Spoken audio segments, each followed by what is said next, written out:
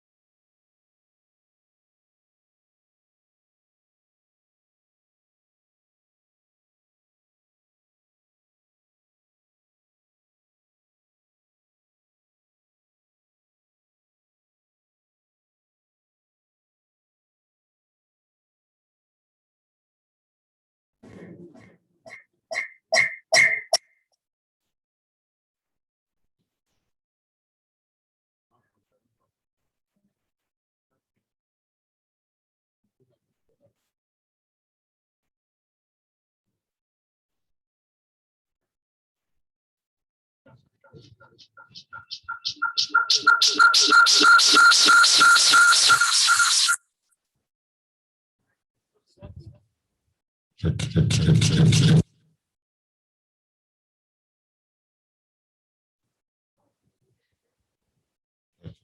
One, John. Check.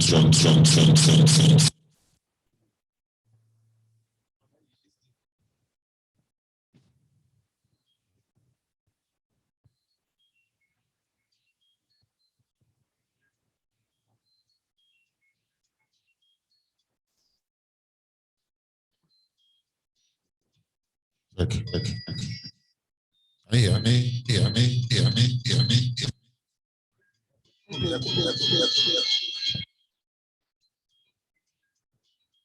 It's not. Yeah. Go ahead, talk again. Check.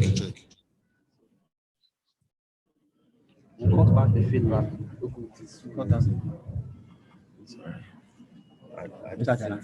Mr. Jala, you will travel with this one that I'm going to do with you. I'm sorry, sir.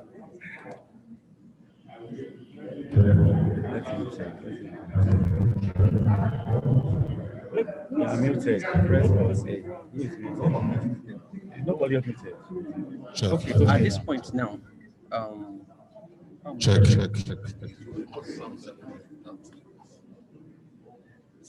you know, this guy is giving out sound. Check. Microphone check. One, two, check. Check. Check microphone. 1, 2, 4. 1, 2. Check microphone. Mic check. 1, 2. Mic check.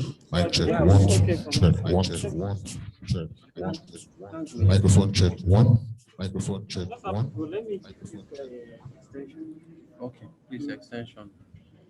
He said I can't go. Let's have your number here so that we need your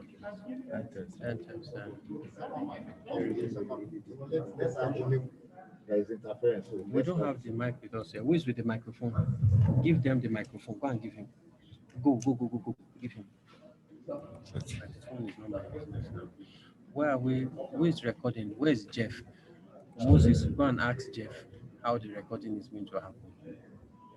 Because we're supposed to have a deck here for recording. I'm just keeping quiet. Sound. Video for this. We're supposed to have a recording interface here.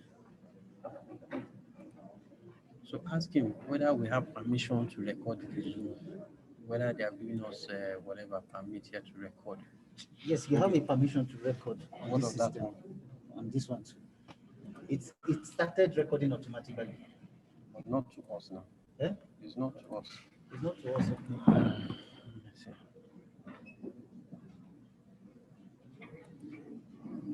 now then share screen to be showing on everybody. Jeff, Salon record. Video camera.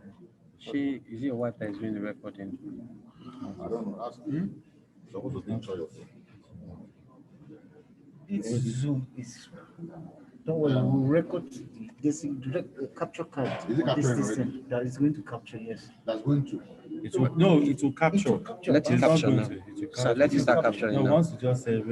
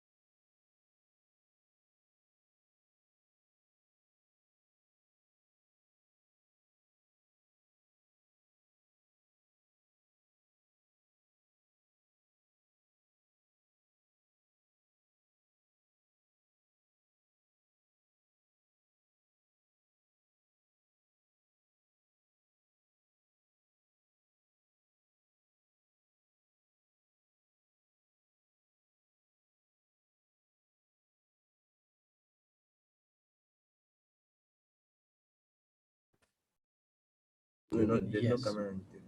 So this is not the one sending the audio. Then this one should be permanently muted. Why yours is unmuted? Mute your Zoom. Once you're mute, once you're they start it. No, no, no, no. The two Can you of hear them me? will run. Can you hear me on Zoom or okay? Yeah, I muted it. Yes, future. Empty should mute.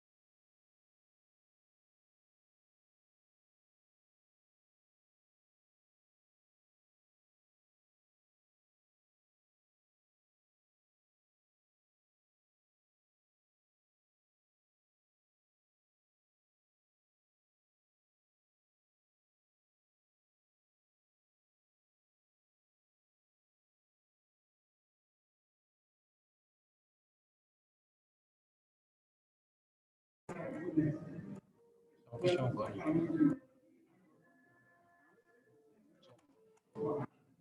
She hear what you are saying. Empty is muted. Unmute. This is mute, not muted. She's supposed to hear. You can hear? You can hear it. She's hearing us. She hear the national anthem. You. What you said, right? That's what That's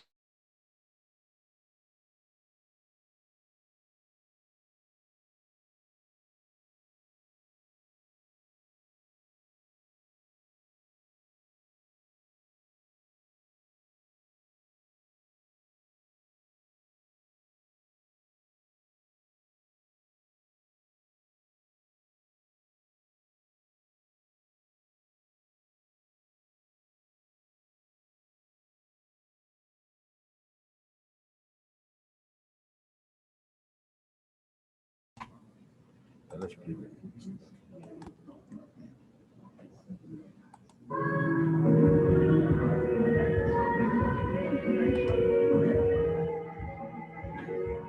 But are you? Okay, I'm talking now around it. Can she hear me? She's here.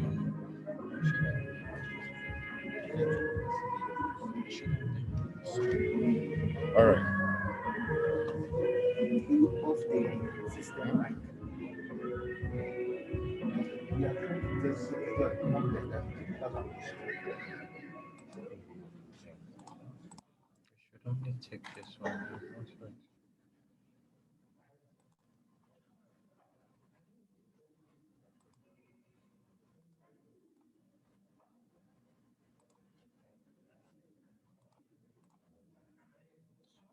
I played. Playing it.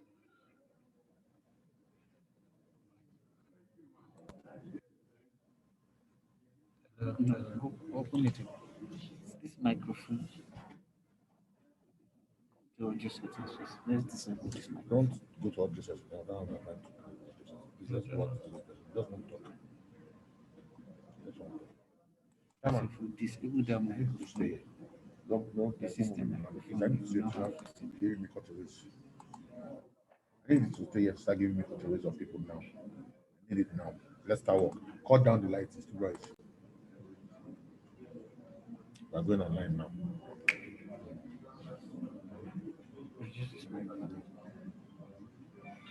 Since we don't need this mic to talk, we are not using this. Reduce this microphone. We need this speakers.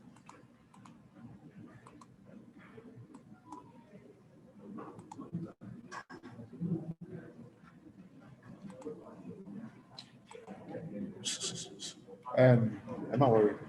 I'm not just remove from there. Remove from there. I'll be cool completely. Not worry. There's no time for that.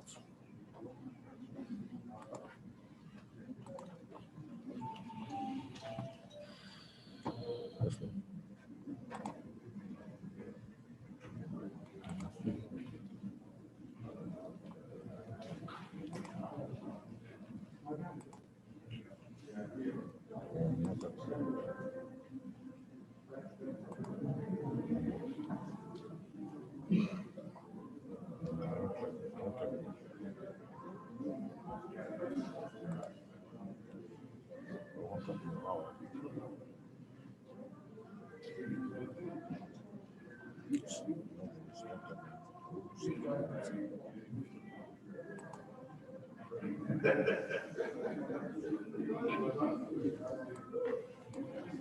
Not national television. So we're playing instruments.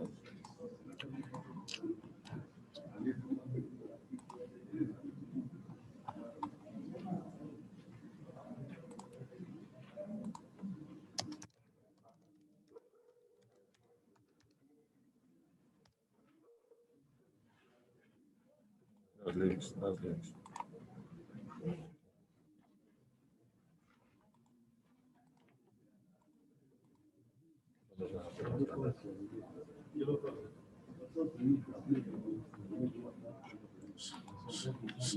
Oh, but that's it. No, it won't affect the. It won't affect. It won't affect. I'm not put that way. Start the program. Can't be running up and about. I'm not set up anything. Maybe when there's tea break, you can on the other.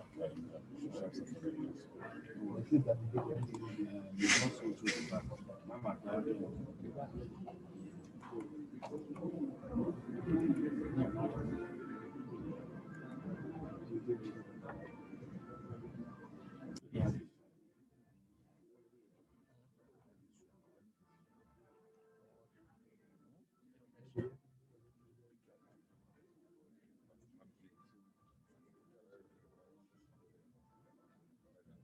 Important value, yeah.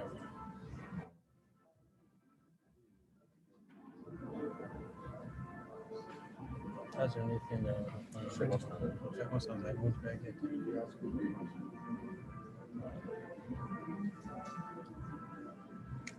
Maybe the second style was.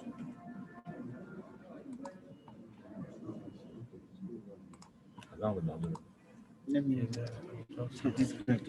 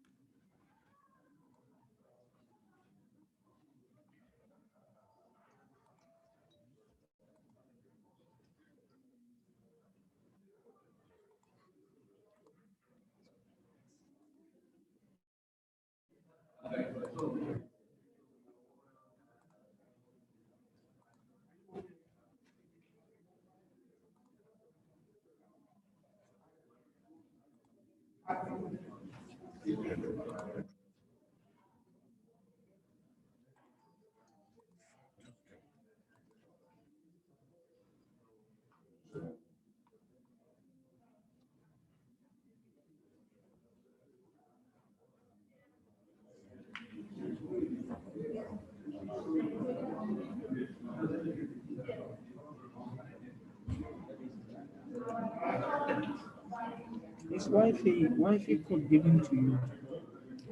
Okay, we're not using it. Can I have it? Pardon?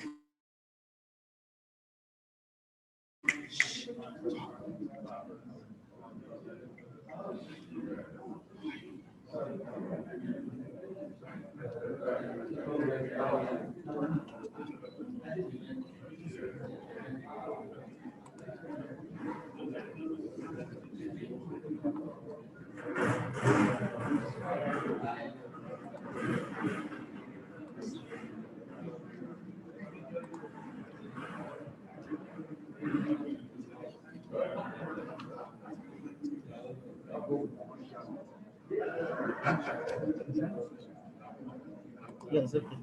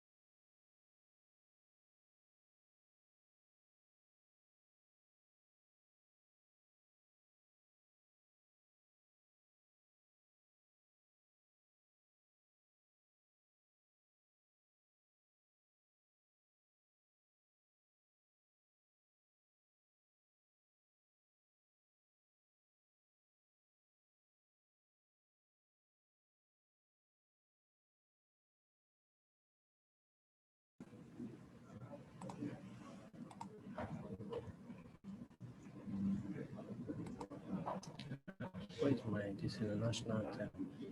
Oh my God. What was done? First note and Charlie, the first note. I'll just have to change the name. Change it.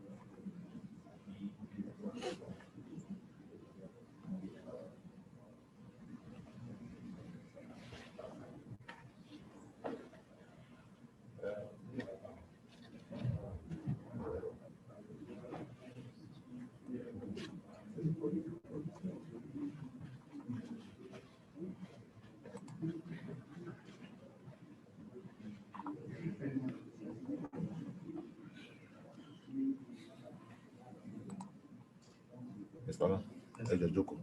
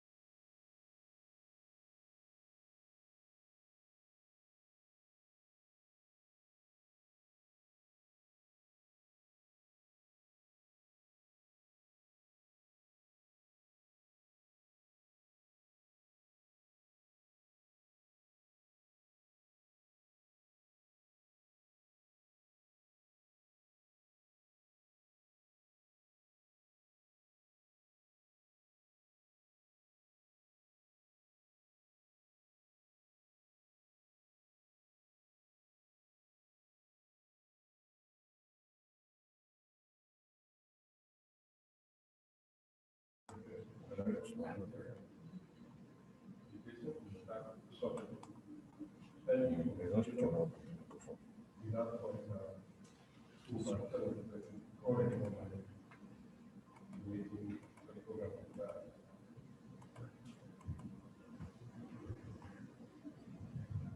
these blue are not doing in the house. Where is it? Come this way.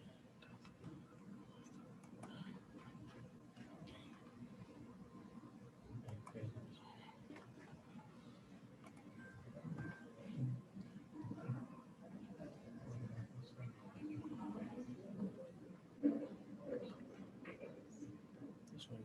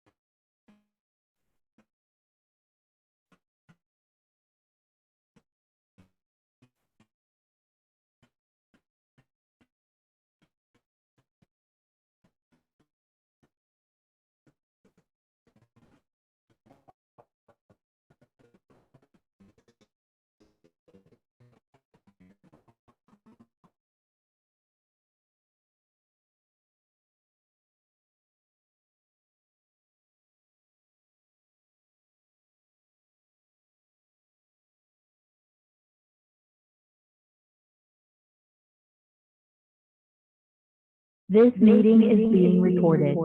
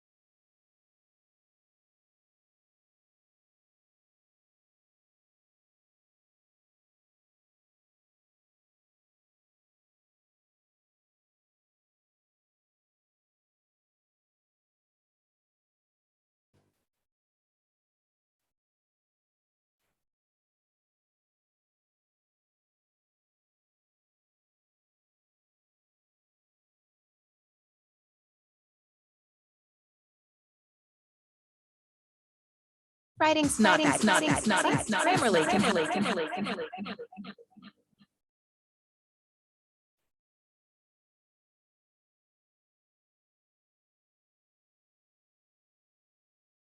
Help.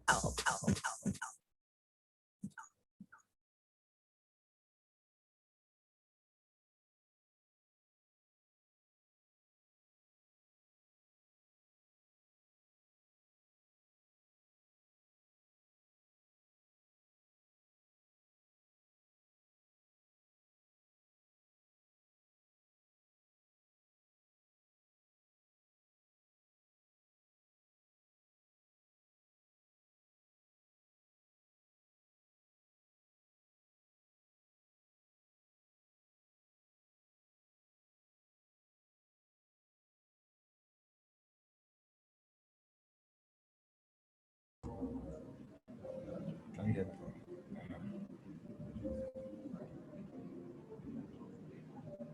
That's what we're doing. Everything was okay.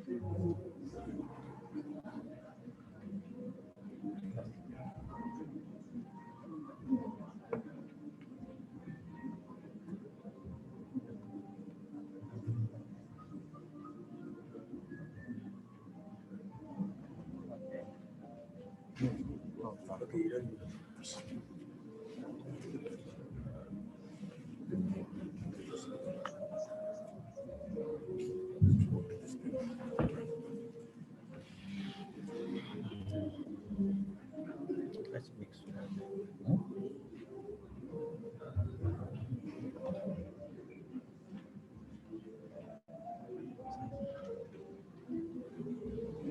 So you don't have a fade there.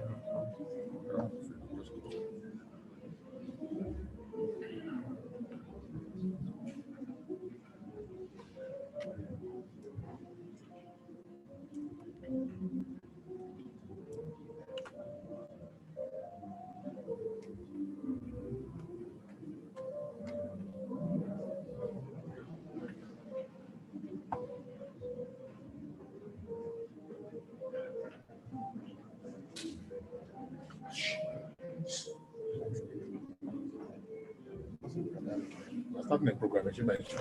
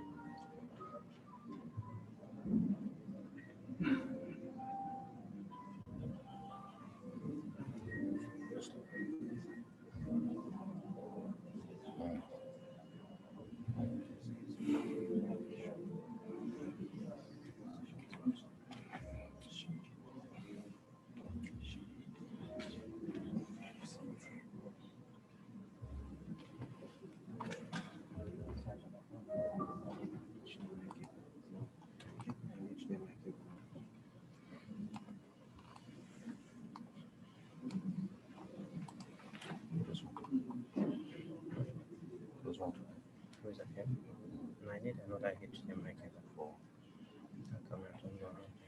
What do you need? Can I print it?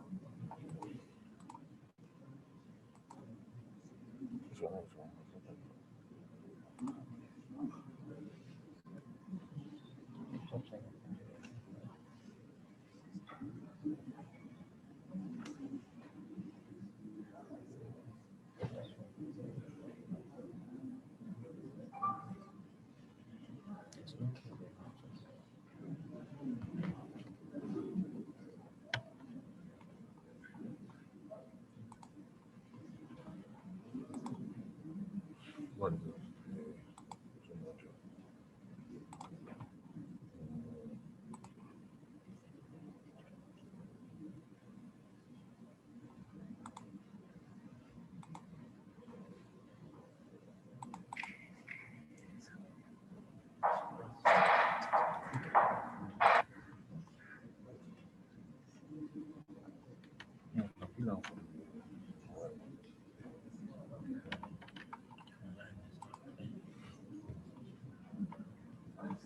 Just alternative.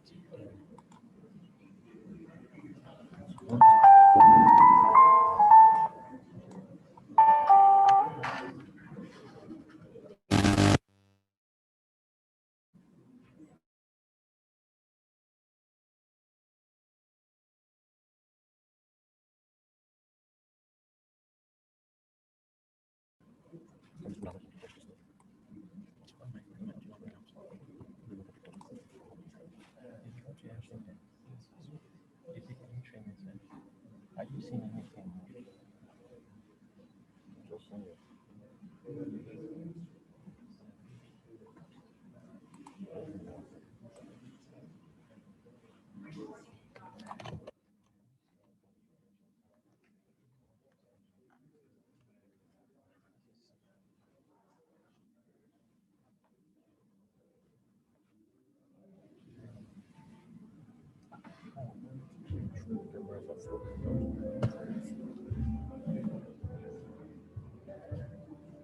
Somebody goes into that place that wants to do this. Nobody goes down.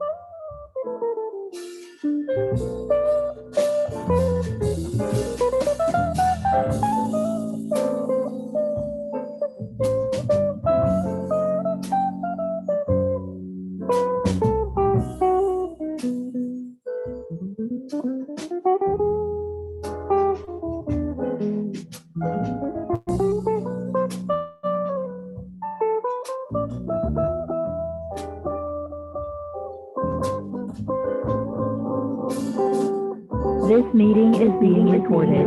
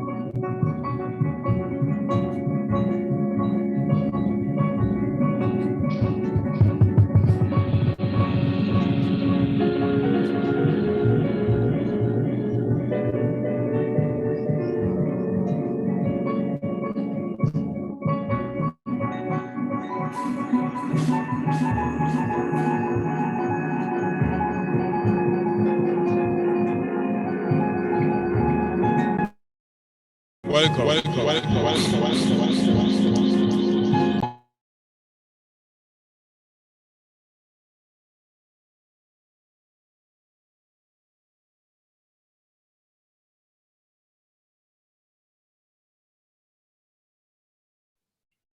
May I?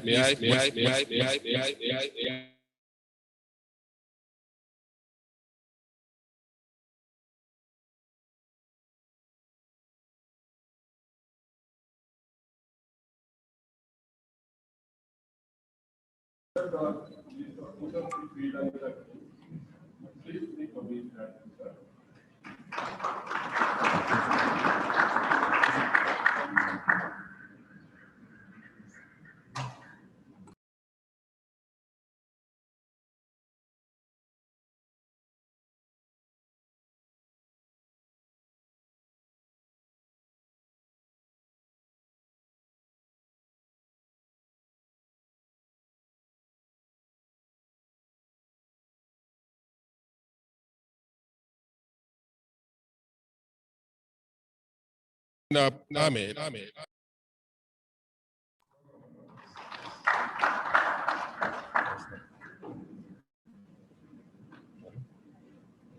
Mr. Kanu Adini, Chairman, Organizing Private Sector of Nigeria, and Secretary Chairman of Nigeria International Association.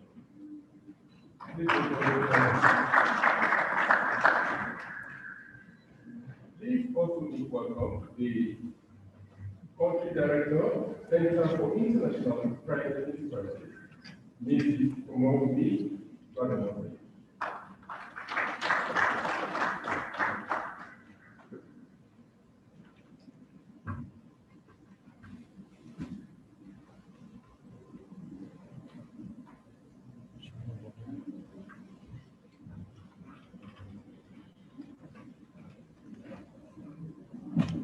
Once again, you're welcome. Will we be right for the rest of the day?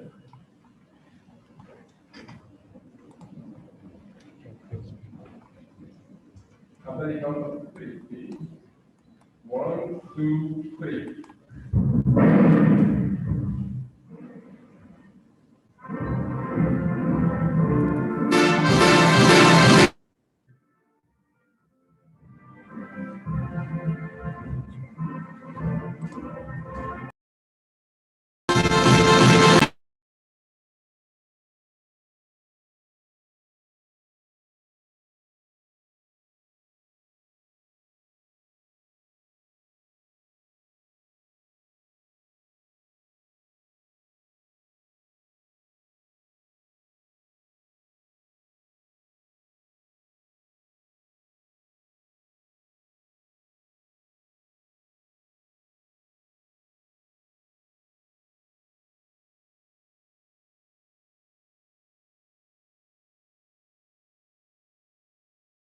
our youth, guide our leaders right, help our youth, the truth know, in love and honesty, and living just and true, great occupied attain to build a nation where peace and justice reign. Thank you very much. The Organized Private Sector Nigeria, OPSN, is an umbrella organization of business membership organizations representing the interests of private sector in Nigeria. In collaboration with the Center for International Private Enterprise, IPE, the OPSN conducted a research survey on the effects of the African Continental Free Trade Area Agreement on micro, small, and medium enterprises in Nigeria. Today we are unveiling outcomes of that report. They are also recognized the following.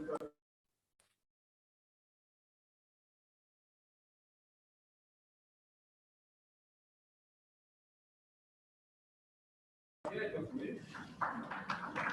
It is a Solomon Tonga, National Association of Small Scale Enterprises,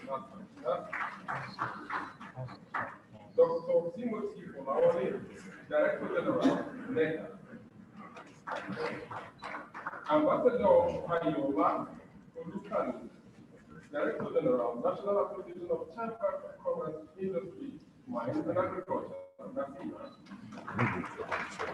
Ambassador Oga, Director General, Nigeria Office of Trade Negotiation.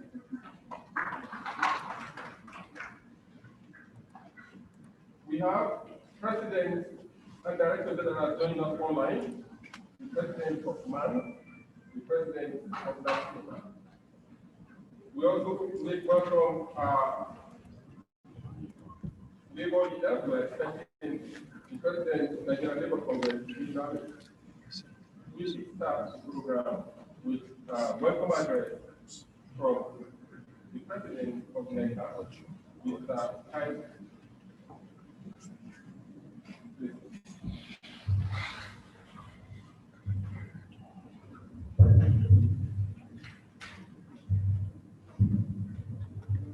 The Vice President, the Director of the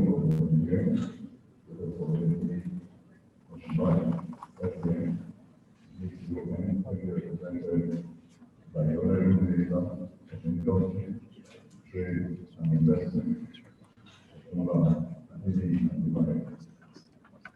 Honorable Minister, Federal Minister of Finance, Budget and National Plan, Dr. Mrs. Zena, welcome. President and Director General of Financial Sector,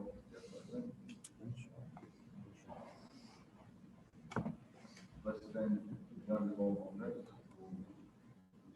Captain Fund, Country Director, Center for International Private. Could you reduce the volume?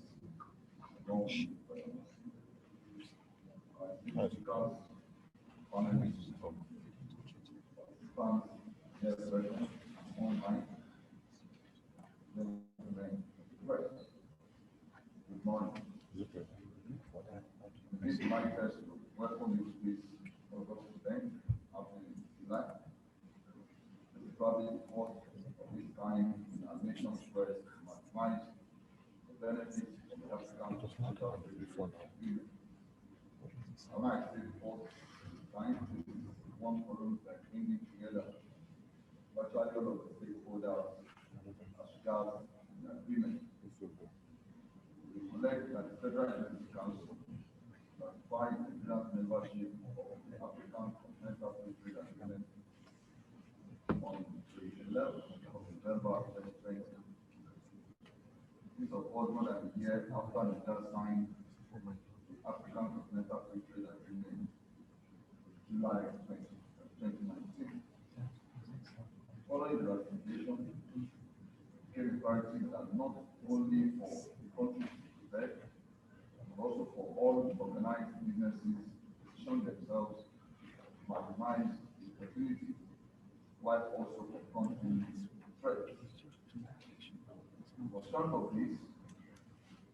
private sector of Nigeria in partnership with Center for International Private Enterprise. And I must say that CIP has been a worthy ambassador, worthy partner in ensuring that we take advantage of the agreement. The joint partner with OPSN conduct a survey, gauge the potential impact of the agreement on MSMEs. The outcome of the survey has been presented to the Vice President, the Honorable Minister of Industry, Trade and Investment, and the Honorable Minister of Finance, Budget and National Planning, among other critical stakeholders. The report of the survey will form the foundation of our engagement in this roundtable. I want to especially express the appreciation of the organized private sector to the President, Federal Republic of Nigeria, Mr. Muhammadu Buhari, Vice President, Mr. Yemi Osinbajo, the Honorable Minister of Industry, Trade and Investment, Mr. Adeni Adebayo, the Honorable Minister of Finance, Budget and National Planning, Dr. Mrs. Zainab Shamsuna, the Director General, Chief Trade Negotiation and Negotiator of the Nigeria Office for Trade Negotiation, Ambassador Dino Fred Aga, Special Advisor to the President on Ease of Doing Business, Dr. Timothée Wole, the leadership of Center for International Private Enterprise,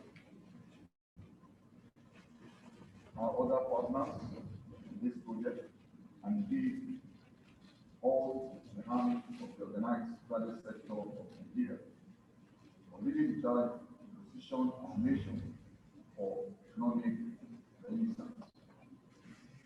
The conversation starting today, as we continue in the nearest future, as we continue to deliberate how we formally and informally and ways to maximize the gains of the African Continental Free Trade Agreement, not only for MSMEs and businesses generally, but also for the good of our nation. I want to thank all of us for coming, not just coming on time for us to have this event.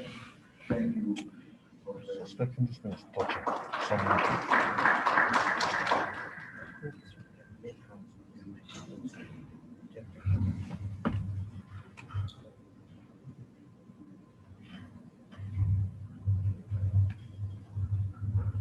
Thank you very much, President.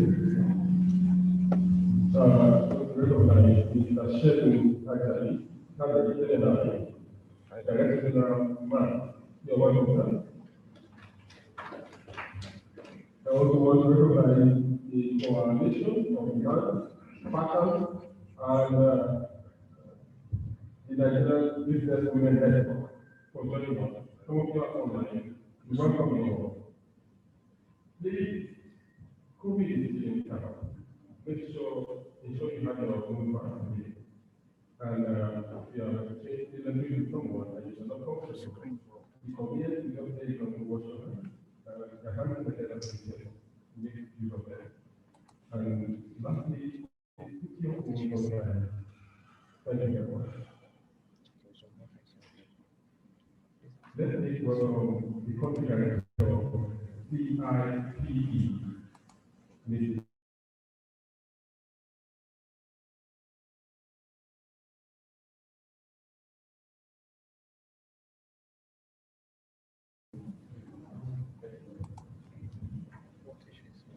The Vice President, Federal Republic of Nigeria,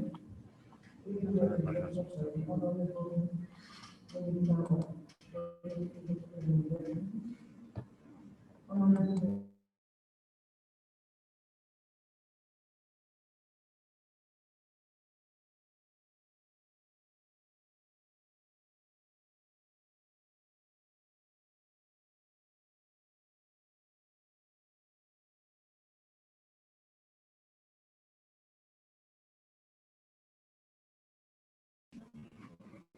I welcome you to this roundtable dialogue on the potential impact of African continental trade.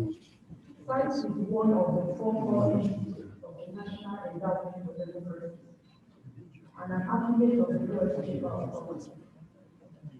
Founded by President Ronald Reagan in 1983, our work is every bit as vital today as it was back then. Democracy has struggled in recent times, and much of the world has witnessed rise of populism. At SAIC, we believe that international trade should be simpler, faster, and more cost-effective, creating new business opportunities, enabling greater economic and social development and reducing poverty. SAIC was founded on the principle that real measures exist between democracy and economy. Economic freedom and political freedom are linked. A strong private sector needs a flourishing democracy to work and vice versa. Our work centers on building strong democratic institutions to create an enabling environment for business and entrepreneurship to flourish. Whether that be leading anti-corruption efforts, training entrepreneurs, helping local business associations, chambers of commerce and impact, assisting in presidential debates focusing on the economy, or building good governance structures. SAIC is there on the front line, helping to strengthen and support democracy and institutions so the private sector can thrive. Free market capitalism and global trade have resulted in the greatest economic gains in human history. Yet gaps remain, and some have been left behind. This is the result of unequal economic opportunity, a lack of universal entrepreneurial and inability for people to connect global value chains. SAIC programs work to address this problem. At this juncture, ladies and gentlemen, permit me to appreciate SAIC Nigeria Organized Private Sector Partners, currently chaired by MECA.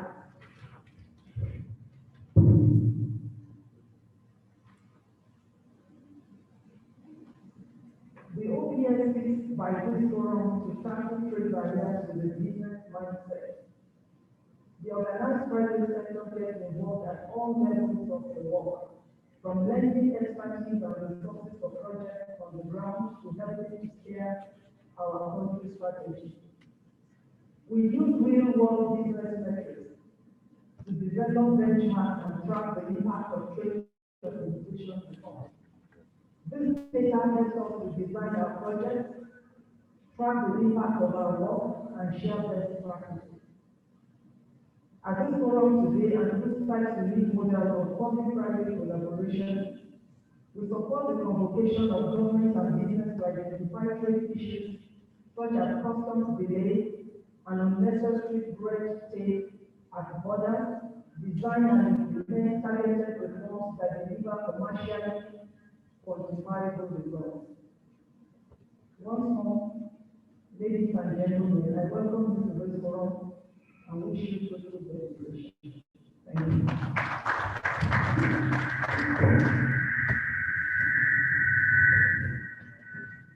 Thank you very much. This is Omar Goloba, Country Director, CIPE. Thank you for your remarks. OPSN is made up of 5 associations: NECA, MAN, NASIMA, NASME, and NASI. And it has coalition. Association of Nigerian Business Women and a group of others.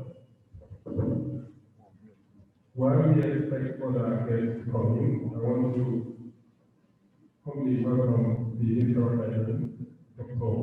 Zainab Hamid, on stage. Please make use of the assembly.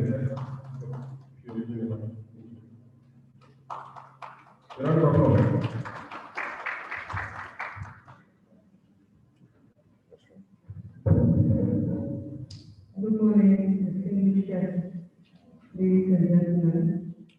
Let me especially recognize His Excellency the Vice President, ably represented today by the Honorable Minister of Industry, Trade and Investment. Honorable Minister, good morning. Let me also recognize the President of NACA and thank you for organizing this event and bringing us all together.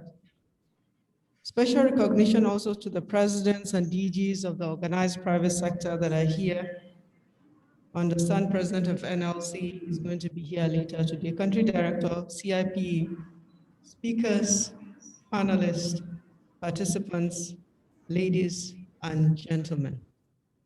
It gives me great pleasure to be here with you today to deliver this short remark at the roundtable on the impact of the African Continental Free Trade Area on medium, small, and micro-scale enterprises in Nigeria.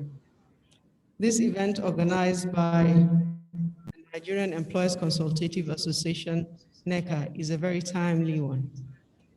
Nigeria's ratification of the Africa Continental Free Trade Area, the AfCFTA, provides a unique opportunity for Nigerian exporters to enhance their productive and export capabilities as they enter into a larger continental market for their goods and services. It also places healthy competitive pressure on the Nigerian producers serving the domestic economy as they are challenged to upgrade their operations and improve their product offerings to compete with other producers on the continent who gain access to the Nigerian markets. As widely documented in the literature on international trade, there are always winners and losers from trade. Thus, the positive outcomes for exporters and producers in Nigeria, which I've just outlined above, are not guaranteed.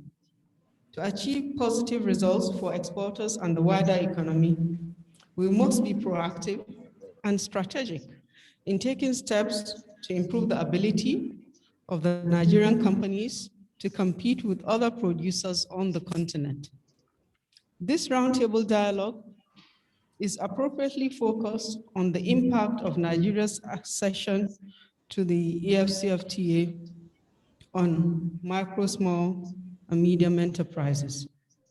MSMEs today in Nigeria account for more than 80% of all businesses in Nigeria, according to a 2017 survey of MSMEs in Nigeria conducted by our own National Bureau of Statistics in collaboration with Sweden. The same study finds that MSMEs contribute 49.8% to nominal GDP in the same year, in contrast to a contribution of only 7.6% to total exports. The relatively low contribution of MSMEs to exports is concerning, given their significant contribution to nominal GDP. And for this reason, urgent steps are being taken to alleviate the binding constraints limiting micro, small, medium enterprises' participation in cross-border trade. The National Action Committee, the NAC, for implementation of the AfCFTA, which was inaugurated by His Excellency, Mr. President, in December 2019, to engage with stakeholders and prepare them for the operationalization of the AfCFTA, is actively engaging in increasing the capacity of MSMEs. Two pilot initiatives, namely the MSME Aggregation Program and the digital e-commerce initiatives, were identified in the course of stakeholder engagement as critical to scaling up the MSMEs to meet export demands and create access to markets. It is my belief that the implementation of this and other initiatives by the National Action Committee will place MSMEs in a stronger position to secure Nigeria's place as a trading and production hub on the continent. As you are all aware, the ongoing COVID-19 pandemic did negatively impact MSMEs. And for this reason, several interventions were introduced in the Economic Sustainability Plan to support MSMEs. This includes the reduction of NAFTA product registration and administrative charges for license renewal, creation of a survival fund to create payroll support to struggling businesses, and the creation of a 100 billion naira credit facility by the CBN to access finance to the MSMEs. These interventions to support MSMEs in the Economic Sustainability Plan are complemented by strong fiscal policy actions delivered via amendments to key provisions in ex-ante tax laws through the 2019 and the 2020 Finance Acts. These amendments granted tax relief to MSMEs with the aim of reducing their tax obligations, which drives down operating costs. This ultimately improves the competitiveness of the MSMEs by freeing up additional resources for investment in their businesses. Some of the key achievements to existing tax laws in the 2019 and the 2020 Finance Acts include the following. Number one, Section 23, subsection 1 of CETA, that's the Company Income Tax Act, which grants a tax exemption to the profits of small businesses and any company which uses its export proceeds to purchase raw materials, plant equipment, and spare parts. Number two, Section 40 of CETA, amended to grant a tax exemption to small businesses and lowers the tax rate to the taxable profits of medium-sized businesses to 20% from 30%. A new provision in Section 77, subsection 5A of CETA grants a bonus of 2% on taxes paid as a credit against future taxes to medium-sized companies that pay their taxes 90 days before their due date. Section 1, subsection 7 of the Industrial Development Income Tax Relief Act, IDITRA, was amended to grant an initial tax-free period of 4 years to small or medium-sized companies engaged in primary agricultural production. Number 5, Section 1 of the Tertiary Education Tax Fund exempts small companies from the payment of an annual tertiary education tax of 2% of accessible profits. Excellencies, ladies and gentlemen, as work progresses on the preparation of the Finance Act for 2021 to support the 2022 fiscal year policy action, more relief will be investigated and provided to support MSMEs. We are continuing to prioritize providing relief to micro, small, medium enterprises in our fiscal laws. At this juncture, I would like to restate the commitment of the Federal Ministry of Finance, Budget and National Plan and all its agencies to the facilitation of MSME participation in the AfCFTA through the ongoing domestication of trade protocols, as well as continued use of appropriate and targeted fiscal policy tools at our disposal. It is my expectation that the discussions emanating from this roundtable will result in the identification of areas of success, as well as areas which require further action, even through fiscal policy, or to support the strategic participation of the MSMEs in the AfCFTA. I look forward to the recommendations that will be coming out of this event.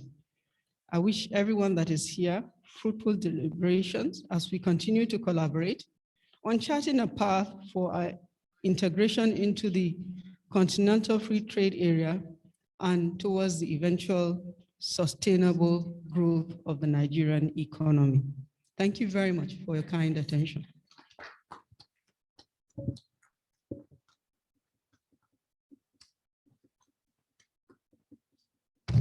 Thank you very much, Honorable Minister. A round of applause again for her. We are progressing. As I said earlier, COVID is still on.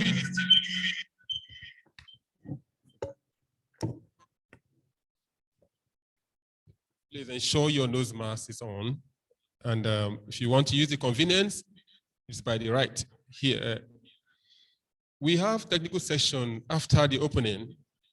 For our online participants, please, we're going to have the keynote address by the Vice President, ably represented by the Minister of Industry, Trade and Investment, Otumba Adeni Adebayo. Please make welcome the Vice President, Federal Republic of Nigeria.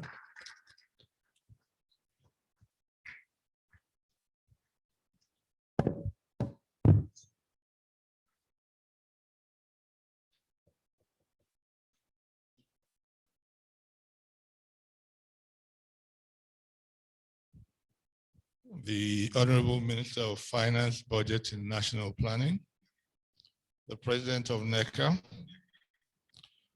Presidents and Directors General of the Organized Private Sector, the Country Director for the Center for International Private Enterprise, speakers, panelists, distinguished guests, ladies and gentlemen. I'm delighted to have the opportunity to address this gathering of private sector experts. His Excellency Professor Yemi Oshibajo, SAN GCON, the Vice President of the Federal Republic of Nigeria, truly recognizes the potential impact of the report titled Continental Integration and the Nigerian Economy. And he sends his best regards and apologies for not being able to attend here today.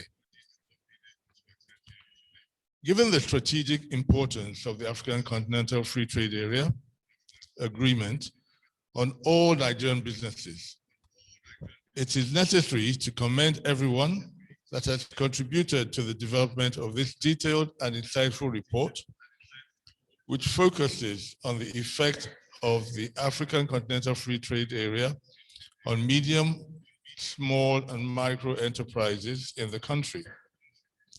I'm certain that it will be of great benefit to all MSMEs and stakeholders responsible for their growth and development. The objective of the report was to fill the knowledge gap on the possible effects of the African CFTA on Nigeria's economy. This was achieved by conducting surveys for 1,800 MSMEs in 5 states, covering multiple sociocultural zones, to evaluate the awareness and preparedness of MSMEs. The survey results disclosed that the majority of MSMEs are unaware of the existence of the trade agreement, especially smaller businesses. This is an important finding for the nation, as this lack of knowledge will prevent the successful utilization of the agreement.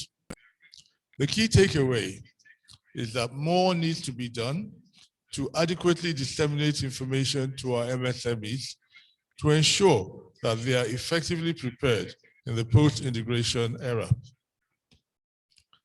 The African CFTA has the capacity to boost intra-Africa trade and is expected to deliver an integrated continental market consisting of 1.27 billion consumers with an aggregate GDP of 3.4 trillion United States dollars.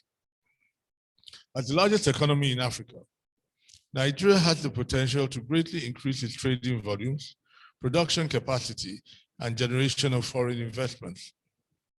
However, as a country, we can only fully benefit from this opportunity if we are adequately prepared for the impending changes that will affect our business environment.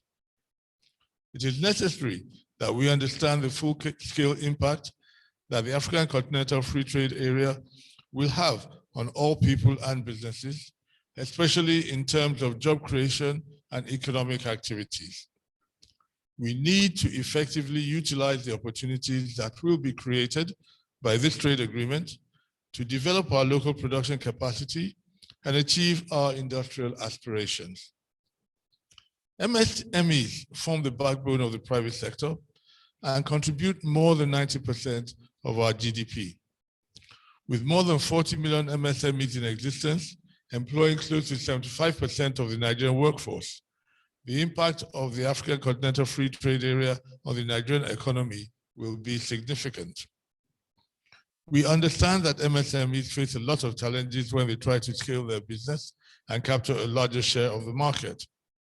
These challenges include access to funding, access to markets, ability to attract quality talent, relatively high cost of operations, and the burden of regulatory compliance. Our vision is to eliminate these barriers to growth and improve their chances at succeeding in a post-African Continental Free Trade Area economy. Accordingly, we have established the MSME policy to drive growth and competitiveness of Nigerian MSMEs. We also concluded a landmark $1 billion syndicated term loan through the Bank of Industry to provide affordable loans to MSMEs. Also, we have developed the MSME portal to provide MSMEs with wider access to market and the opportunity to be matched with customers. The outcomes documented in this report will play a key role in determining the strategies that Nigerian businesses will need to take in order to thrive post-African Continental Free Trade Area. The federal government will continue to do our part in supporting MSMEs on this journey. It is my pleasure to have been provided the opportunity to say these words at this occasion. I wish all the speakers and participants a successful event.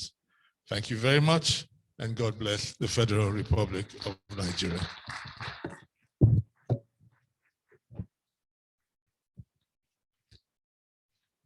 A round of applause for the Vice President. A standing ovation, please. A standing ovation, please. Thank you very much.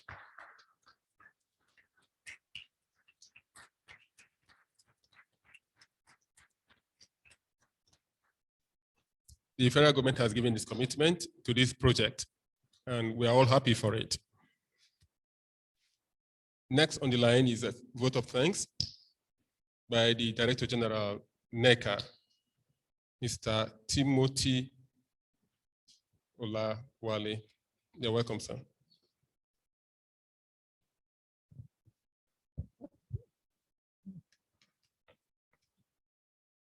Your Excellencies, permit me to stand on the already set protocol.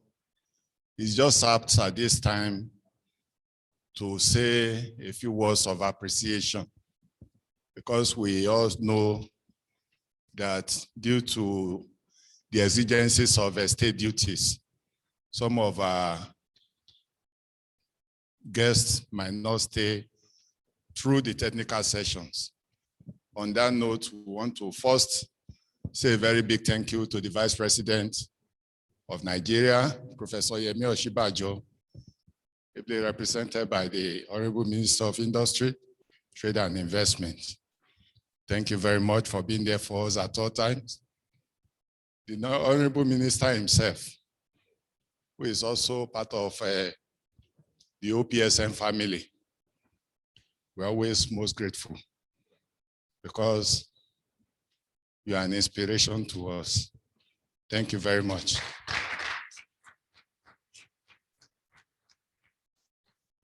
The wonderful support that we have received from the Honorable Minister of Finance and Budget. Our doors are open. Our complaints are always receiving attention, and we're always encouraged by our office. We are most grateful, especially for the time you have spared to be here this morning, despite your very tight schedule. We are not taking it for granted. Thank you very much. To our partner, Center for International Private Enterprise, CIPE, especially the country director, You know, it is not about the funding to support projects like this. It's also about the assurance that all the way you are interested in the well-being of organized businesses in Nigeria and the larger economy and well-being of Nigerians. So thank you very much for being a worthy partner. Thank you for the collaboration. And we also thank everyone that's involved in the team at SIPE. Thank you very much. Our presidents, DGs of the OPS, our collaborators, FACAN, the Traders Association, and the women body, we are most grateful for your support and collaboration. And we are counting on your continued collaboration so we drive this agenda to a conclusive end. We are also grateful to our researchers. We are grateful to government agencies and the leadership of those agencies that have supported in one way or the other, and are also present here. Gentlemen of the press, members of the OPSN, especially in Abuja, the larger family of the OPSN that are online virtually, we are most grateful. Thank you very much. God bless. Thank you very much, sir. We quickly do group photographs before tea break. And the arrangement is the first group set of photograph will be the honorable ministers, just the high table. Camera, where's the photographer? Please, should they come down or be here? They can step down, sir, just to show him.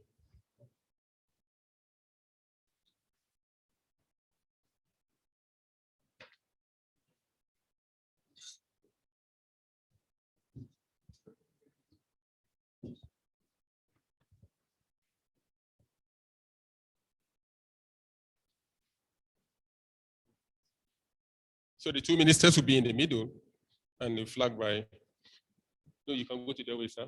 Let the lady be here.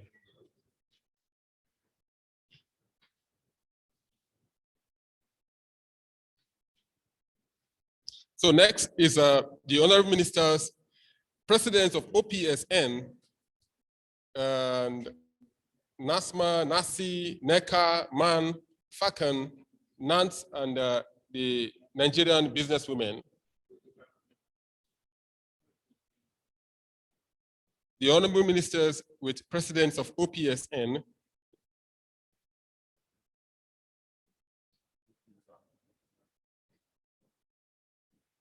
okay, so the DGs have joined. The DG were to come the third.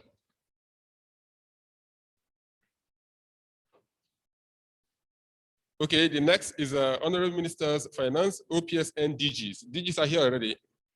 Okay, honorable ministers, OPSN presidents, DGs, president of NLC. Is NLC here? No. Okay, good.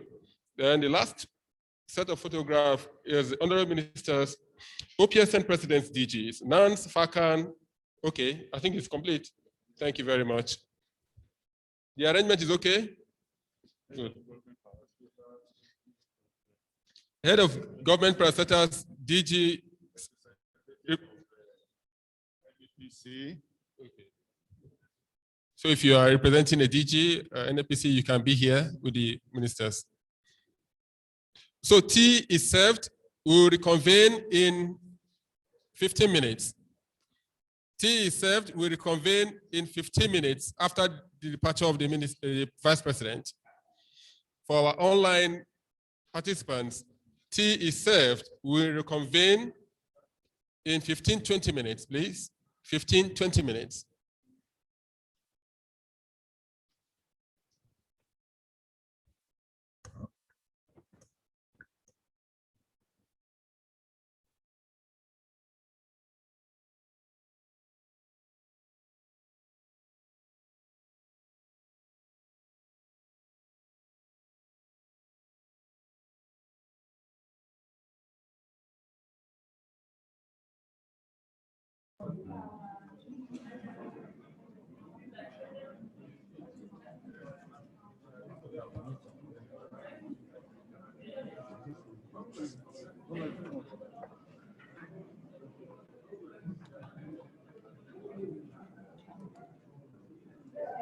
I've muted it.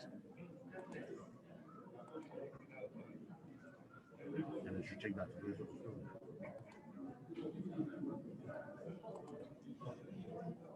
Just play me.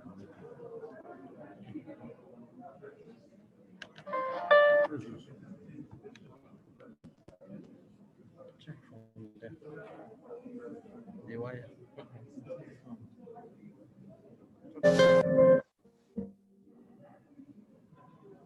Some problem. Wire.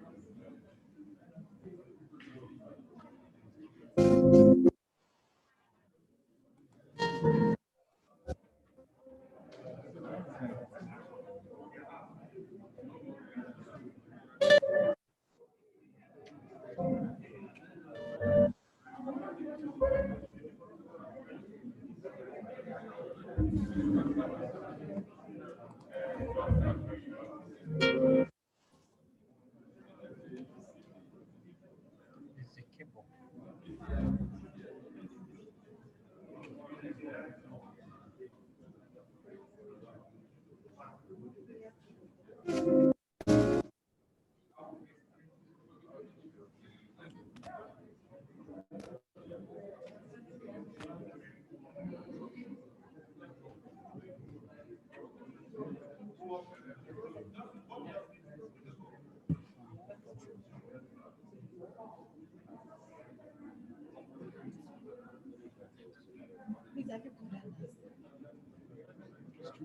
I just sent you data.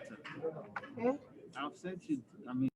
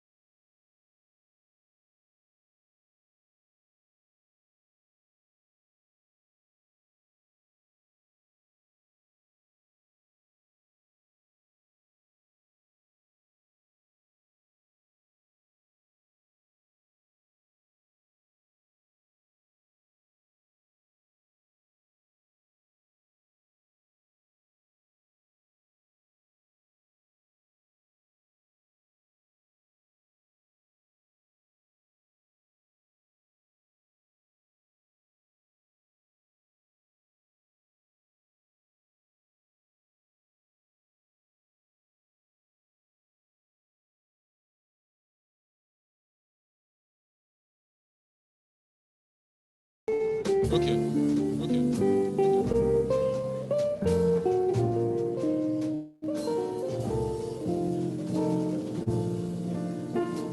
We'll resume by 12. Please take your tea. And if you're not in Abuja, take what you know. Take what you know.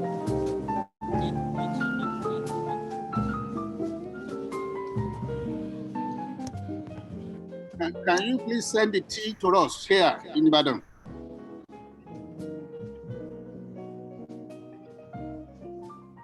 Mr. Moderator, send our tea down to us virtually.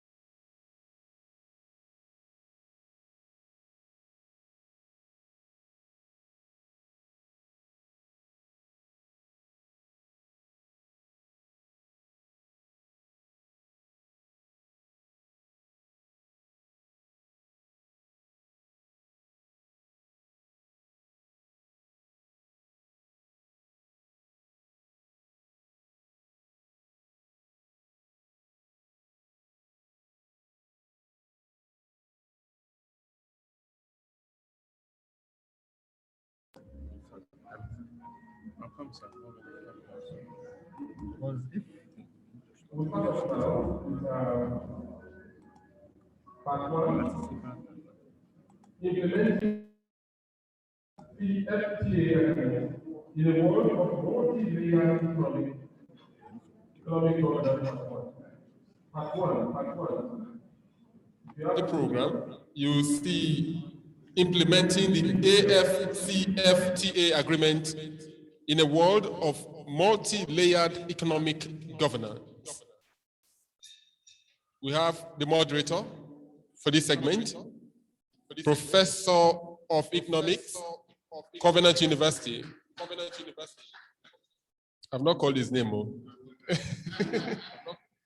So you are so popular.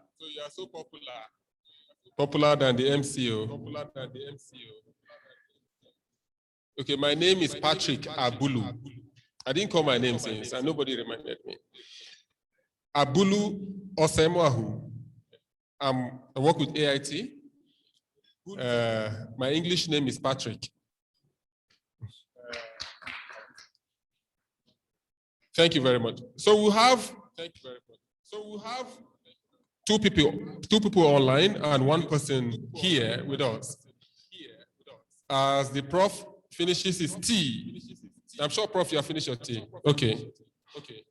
I just want other persons to settle down. Some are still chewing. As I said earlier, we are looking at implementing the AfCFTA agreement in a world of multi-layered economic governance, part 1.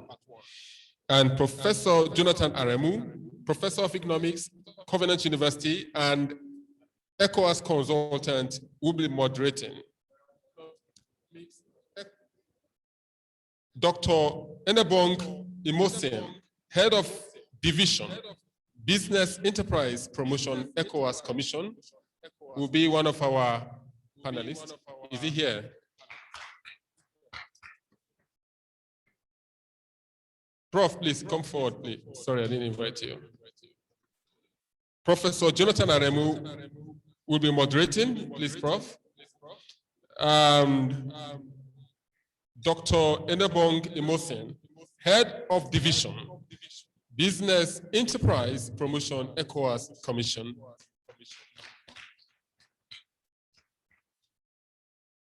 As we say, he will be here live. We have two persons online.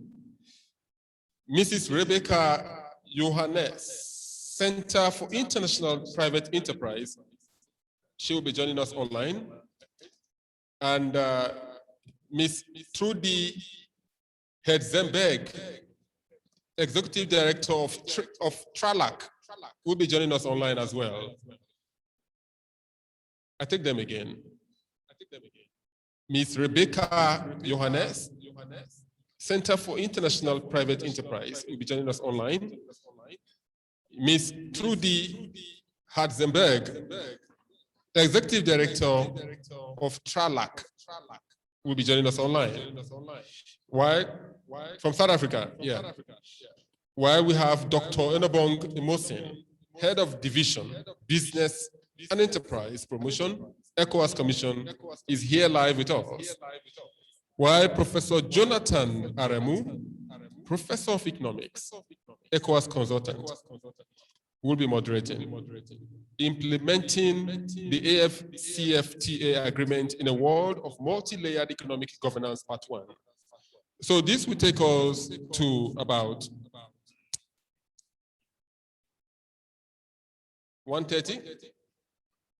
I hand over the mic to the prof. I'm too small, but the DG NECA has given me permission to hand over the mic to prof. Prof, sir.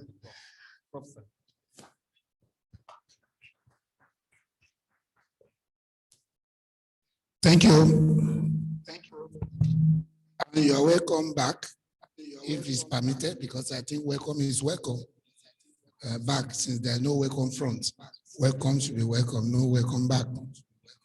Well, the topic of upon which we are going to discuss this morning has been said as implementing AfCFTA agreement.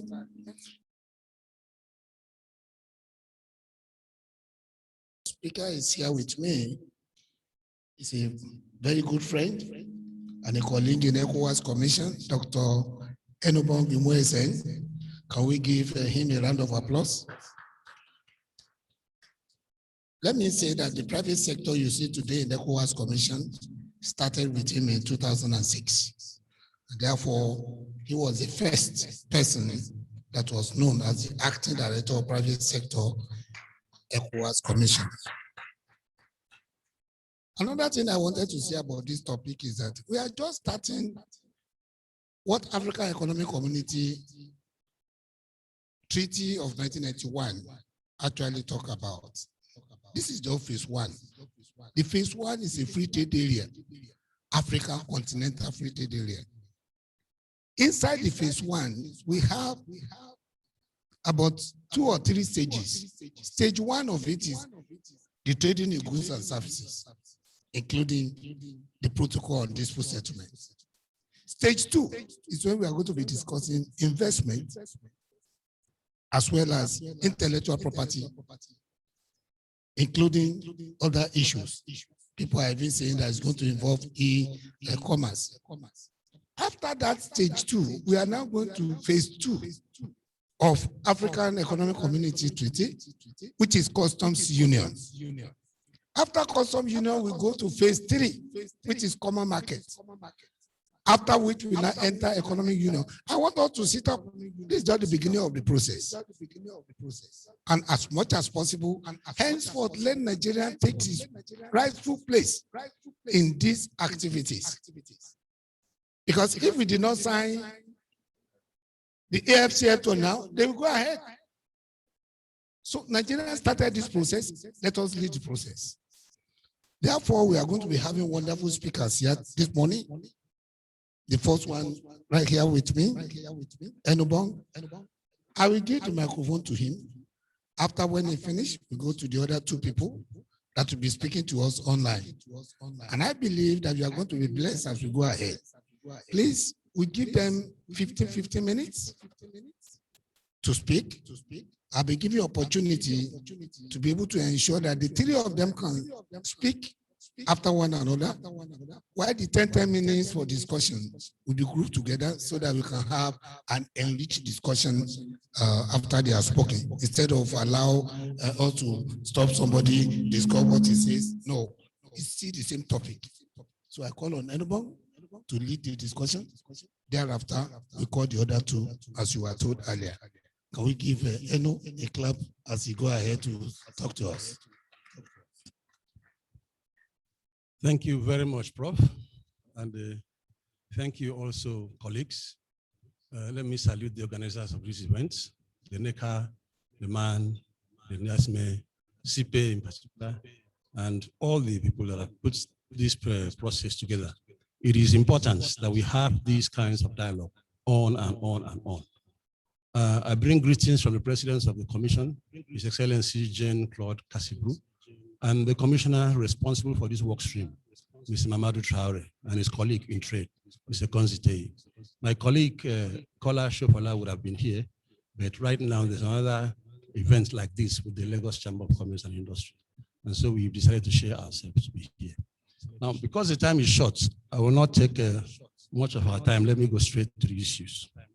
I will discuss this subject of ECOWAS Commission's role in enhancing organized private sector participation in the CFTA from about 7 or so perspectives.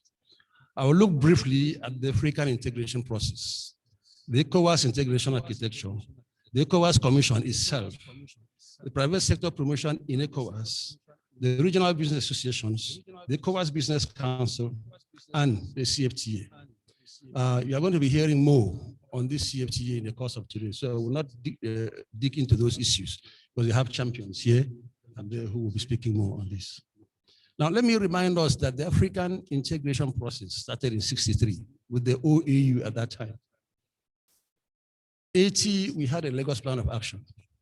91 brought in the Abuja Treaty. The purpose of the Abuja Treaty was to fast-track the integration process commenced in '63. And the fast-tracking process established 6 stages that were to take 34 years. In other words, it was to be concluded by 2028. But the heads of states of the African Union decided that that was too long, that it was important to take action. Why did globalization has come? Fourth industrial revolution has come. Technology has developed. China was coming in, India was coming in, the whole world was coming into Africa.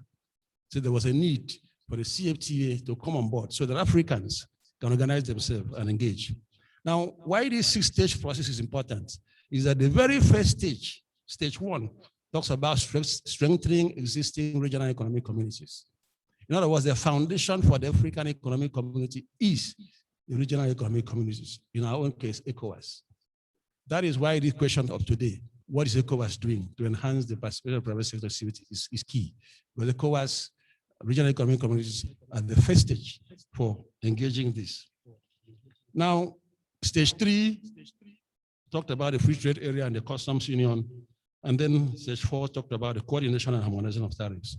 Again, I will not go into this on the net, you can get it. The point why I brought this out is for you to know that regional economic communities are the foundation for continental free trade area. And that in our own case, ECOWAS is key to the success of this experiment. Now, after the fast track, one of the fast track instruments is the CFTA. One of the fast track instruments. There are many others. At the level of the AU, there's boosting intra-African trade, there's Africa Industrialization Agenda, there are many other programs. But what concerns us today is the African Continental Free Trade Area. It is part of the fast track, it's a part of the decision of the heads of state. to stimulate, to speed up the integration in Africa.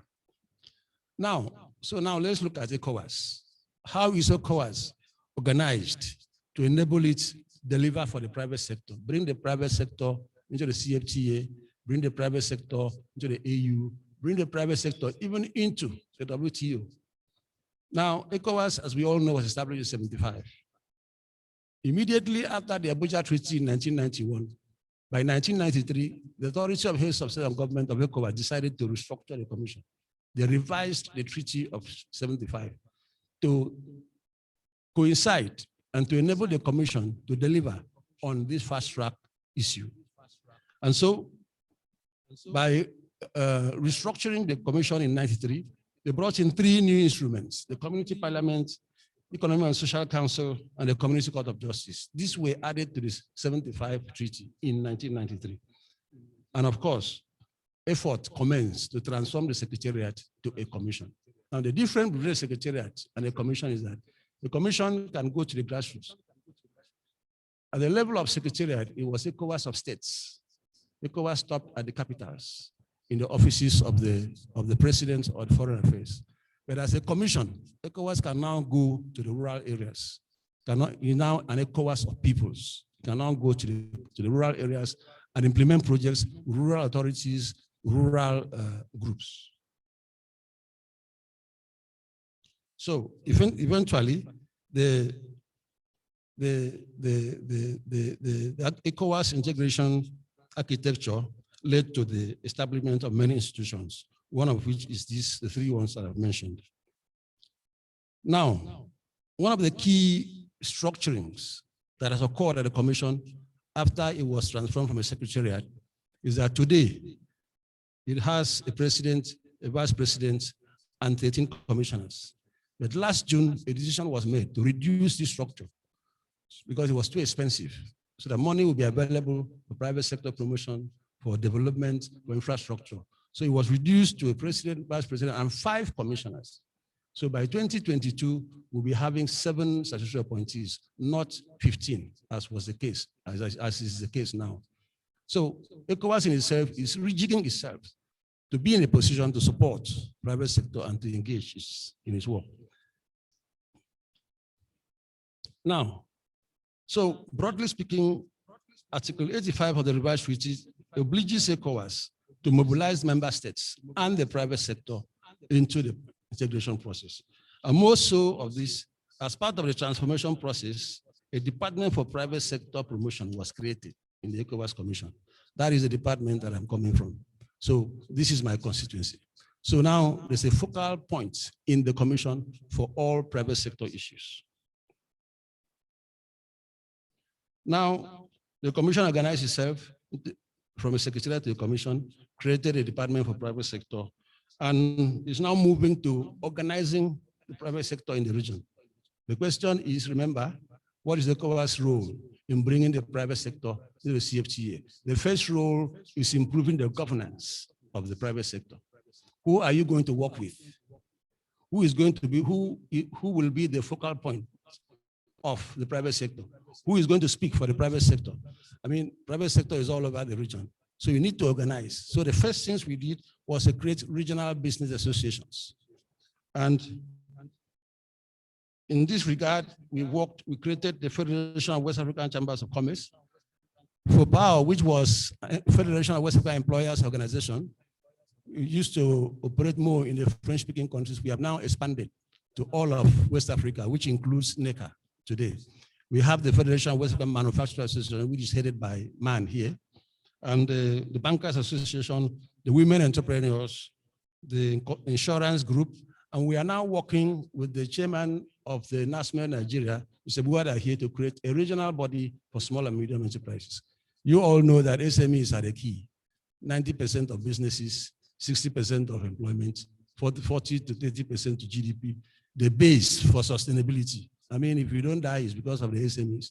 When we change currencies, the SMEs that kept on. Even with COVID lockdown, big companies had closed. The small and micro companies were still managing for us to survive. So this group of businesses are key to West African economy. And we're trying to create a regional platform so we can give them a voice in the integration process. But most importantly, we created the ECOWAS Business Council. The ECOWAS Business Council is an aggregation of all these business associations, chambers of commerce, manufacturers, SMEs, bankers, insurance, tourism. We bring them into one platform called the ECOWAS Business Council. It's going to be 21 members, big businesses, regional business associations, SMEs, and women are going to sit on that. Its main role is to be the focal point, the speaker, the voice of the private sector in West Africa. So if we now go for negotiations, any kind of negotiations, is the chairman or president of the Business Council that will represent West Africa. So what is ECOWAS role? The first role is governance. Organize them so you know who is responsible, you know who is responsible for them, you know who you can engage with. So that's what we did. We created regional business associations and the ECOWAS Business Council. The ECOWAS Business Council is very important. I would have loved to take time to explain it, but I'm sure the moderator is looking at me somehow. So I will not go into that. Let me just state that it is the apex private sector integration structure for ECOWAS, the apex. So anytime you hear of private sector organization, the apex is going to be the ECOWAS Business Council. And it's going to represent, negotiate, and speak on behalf of the region's private sector in key regional, continental, and international forums. So hitherto, when you go to WTO, you go to CFTA negotiations, it is the chairman of the Business Council that will represent the regional private sector. I'm taking time to say this so that groups like NECA should reposition themselves to make sure they have a seat on the council so that you can influence, leverage the capacity of Nigeria to transform the region. Let me tell you some of these things. I'm sure some of you have heard of NEPAD. NEPAD, New Partnership for Africa's Development. The vision of NEPAD was that Nigeria should pull up West Africa. South Africa will pull up Southern Africa. Egypt will pull up the other side. And then Libya will pull up the North Africa. And the two of them will move towards the AEC. In other words, whether we like it or not, it behoves on Nigeria and the Nigerian private sector to lead private sector promotion and development in this region. Everybody expects so. So whether you do it or you don't do it, doesn't matter. Everybody expects so. The international community, the local community, the regional community expect Nigeria to be in the lead. So we need to organize ourselves to make sure we are in the lead.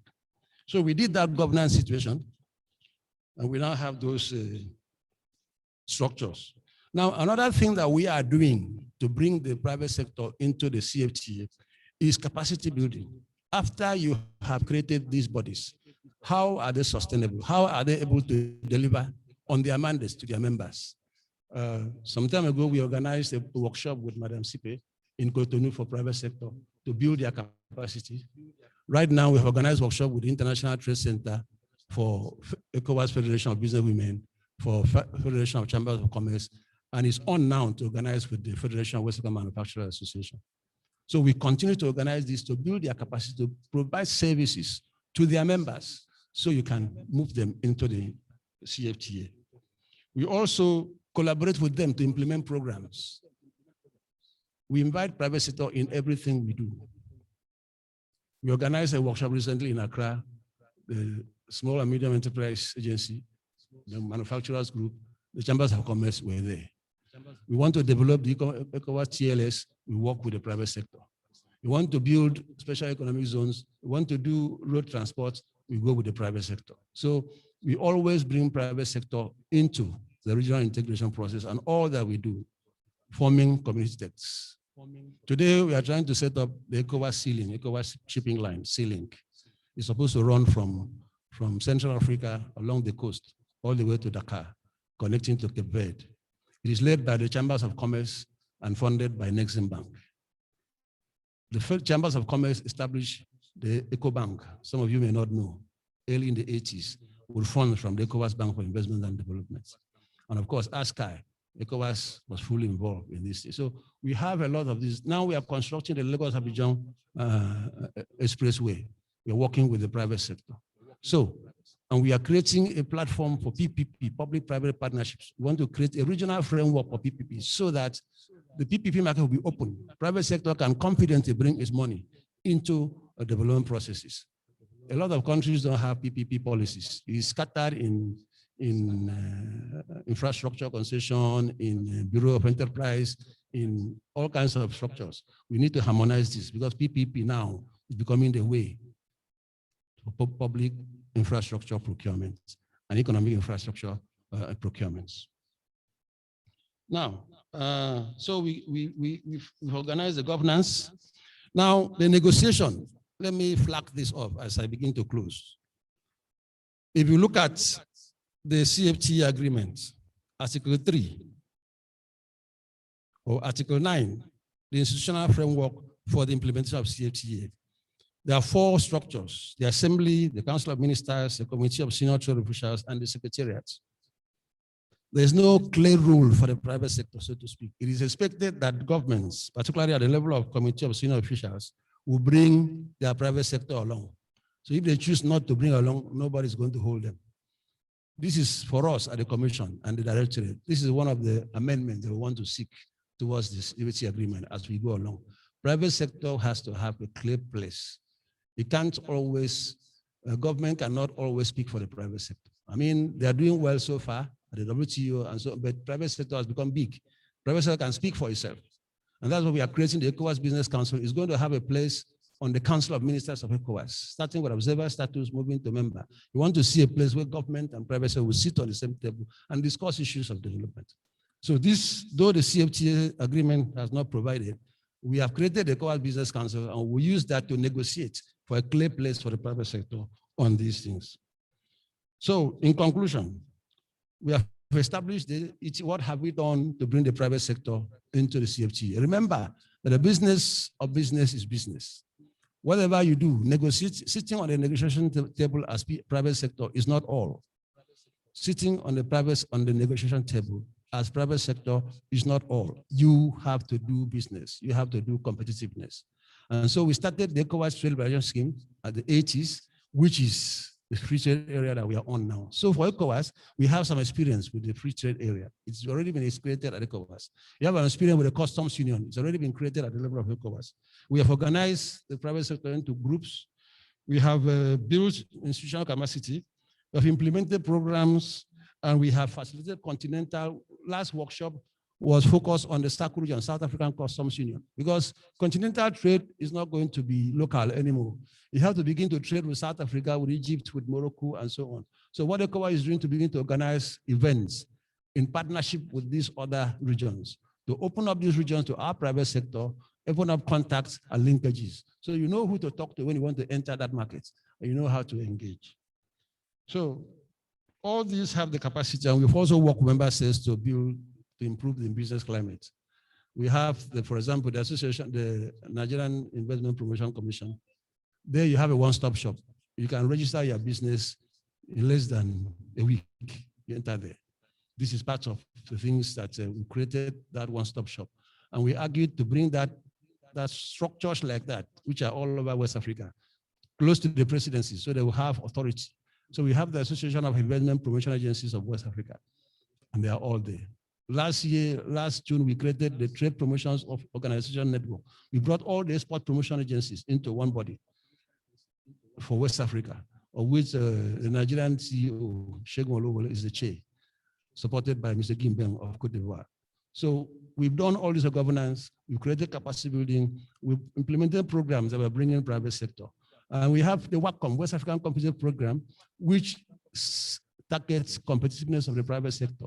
We are starting with 4 value chains: regional, cassava, mangoes, cotton, textiles, and ICT at the regional. At the national level, countries have chosen many value chains, and we are providing support. It's about 120 million euros program supported by the EU. So, Mr. Moderator, apologies for taking so long. This is what I would say we have been doing, and we are going to continue to do with the private sector, to bring the private sector on board the CFTA. I thank you. Shall we clap better for him? The private sector of ECOWAS you see today, he can tell you the story right from the beginning. So the 15 minutes or 20 minutes every 1 hour is never enough. What he has allowed you to know is the role of ECOWAS under this multilateral regionalism, which is a new terminology emerging We belong to the entire global economy, WTO, but there are regional arrangements within the continent, within the ECOWAS region, and how we're faring. You have seen him. Please ask him further questions, get to know him more. Our OPS, they have quite a lot of wonderful program for you. Once again, anyone, we thank you. So we go to the next speaker on the line. I believe she's listening to us, and then she's going to connect to us. We shall now be listening to the next speaker, who is, his name is Rebecca Johannes. He's from the Center for International Private Enterprise. Is he joining us online? Talking on implementing the FTA agreement under the World Multi-Layered Economic Governance, which I equally said, multilateral regionalism. Is he there? Ms. Rebecca? Yes, I'm here. Thank you. Thank you. Good afternoon. I am joining from the East Africa Regional Office of the Center for International Private Enterprise. I will be talking about mainstreaming gender in AfCFTA. Before that, I would like to say thank you, Doctor, for elaborating on the role of ECOWAS plays to enhance organization of the private sector's participation in AfCFTA. So I will just zoom in and also talk about women and how they need to be considered. I have a slide. Maybe I should share that. Or we just. Go ahead. Okay. Please.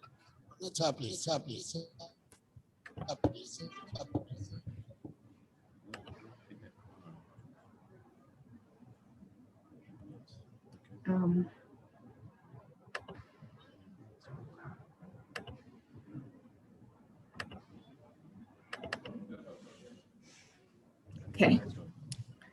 Please, can you connect her? Yes. Okay. All right. I think it's good. Because all right. So before I start, I want to talk about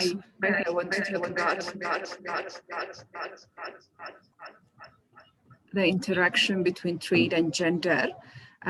Trade has an impact on women's empowerment and well-being, and gender equality has also an impact on countries' trade performance and competitiveness. So we can see there is a bi-directional interaction between trade and gender.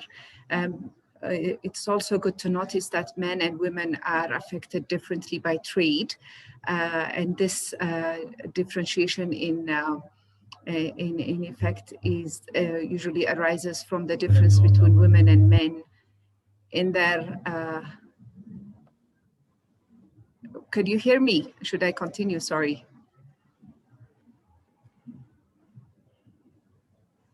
Okay.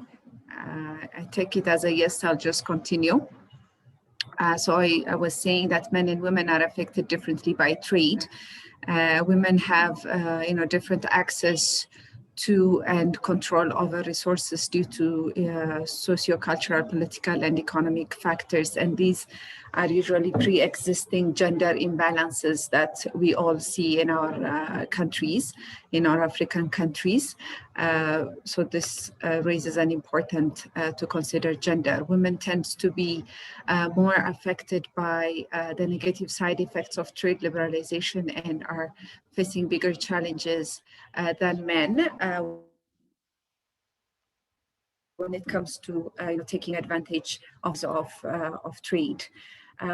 So when we look at how trade affects women, it affects women at different level. It affects women as workers. Here we can look at the dimensions of employment, wages, and working conditions. So trade could raise issues around unfair competition of labor forces and wage gap if it is not gender sensitive in its implementation. Trade can also affect women as consumers. Trade allows for a variation of women's consumptions basket, and there's a positive impact for women as consumers, because it's usually prices would get lower, and there will be more choices in the market and better quality goods and services for women. Trade could also impact women as consumers, as it raises government's revenue if it's done right, and that revenue could result in provision of public services to women. But for today's talk, I would like us to focus on how trade impacts women traders. So of course, trade opens opportunities to access new market for women, but there are certain considerations that we need to look at when it comes to women traders. Women traders often lack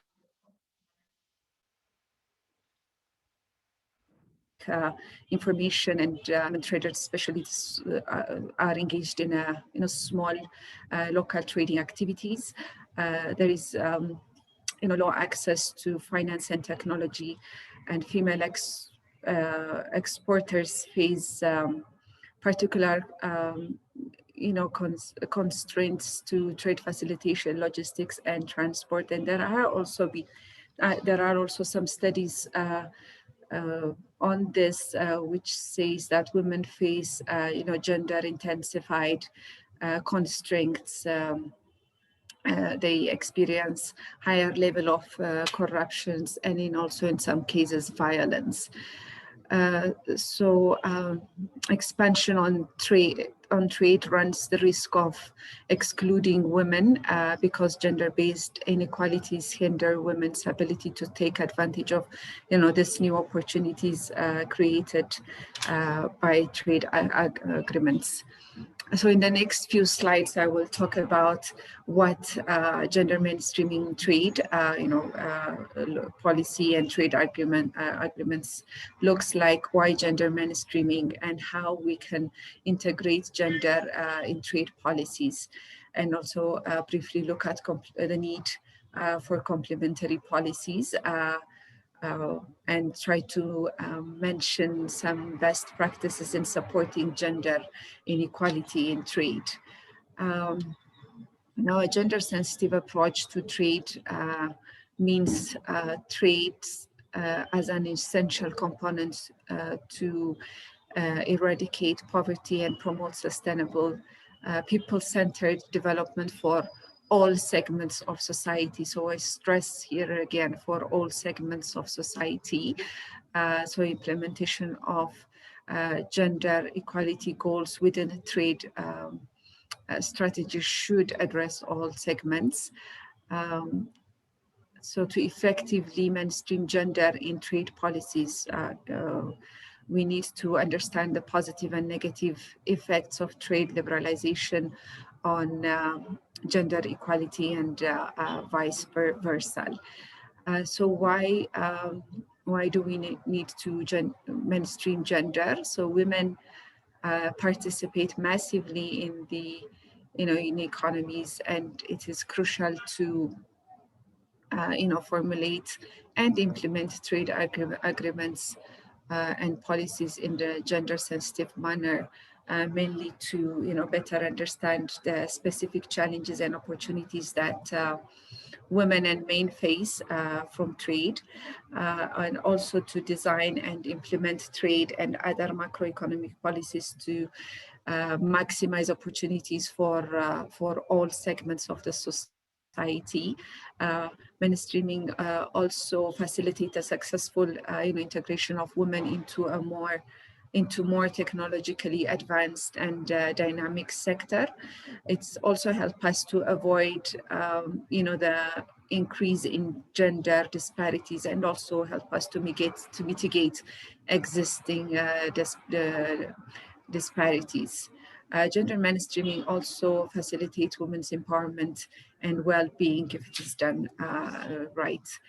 So how do we mainstream gender in trade and in, more particularly in AfCFTA? So trade negotiations and trade agreements are effective tools for raising awareness of gender-related concerns and the need to enforce enforceable rules that can help remove barriers to economic participation. Possible examples here to state to ensure that gender-related provisions are included in AfCFTA could be, ensure the liberalized commitments are, crafted in a way that they reflect the interest of women. Inclusion of specific gender-related standards, such as equal working conditions for men and women be considered. Also looking at the enforcement and dispute settlement mechanisms, concerning compliance with gender-related provisions are also included. We can also look at policies and ensure that they include affordable and accessible child services, transportation, and ICT to access services and market opportunities for women are put in place in the agreement. Trade negotiators could also be provided, with a list of gender-sensitive sectors where trade liberalization could be, expanded or, if need be, delayed to enhance female employment and empowerment.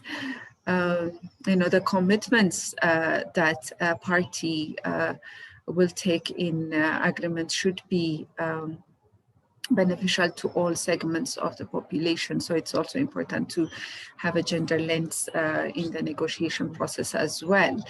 Other mainstreaming considerations we could look at could be included in the export and import promotion activities and policies. Support export-import enterprises owned by women, via business networks, promote, export, from women-owned businesses by supporting international trade missions, if possible, exclusively dedicated for women.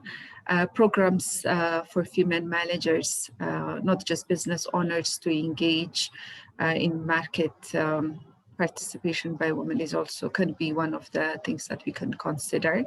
Also, we could design programs to enhance the competitiveness of export in industries with a large share of female workers.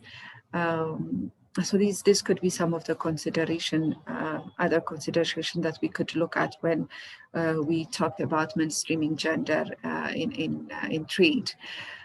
So while trade policies need to become gender responses, so it's also important other measures not directly related to trade also consider gender. So this is when we consider complementary policies.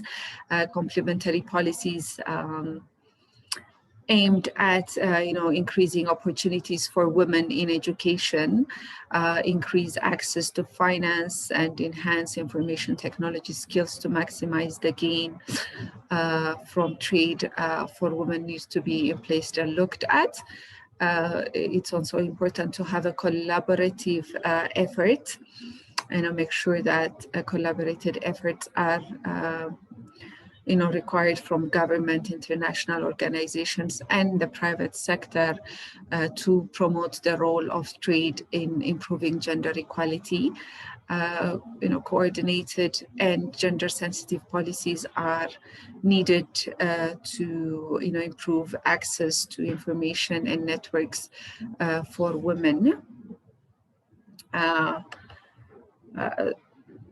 so these are for women needs to be considered.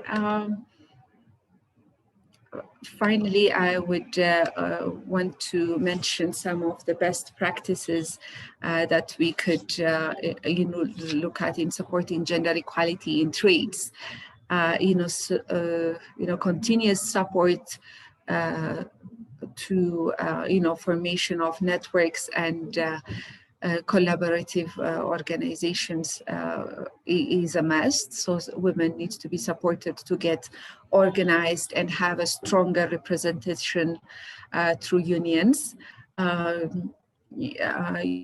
Programs and efforts to reduce the bureaucratic constraints, barriers to entry to many small producers and processors, mainly on women, could also be a very useful tool. Building on trade-related infrastructure, including, the rural areas and rural markets, to encourage more women participate in trade is also one of could be one of the best practices.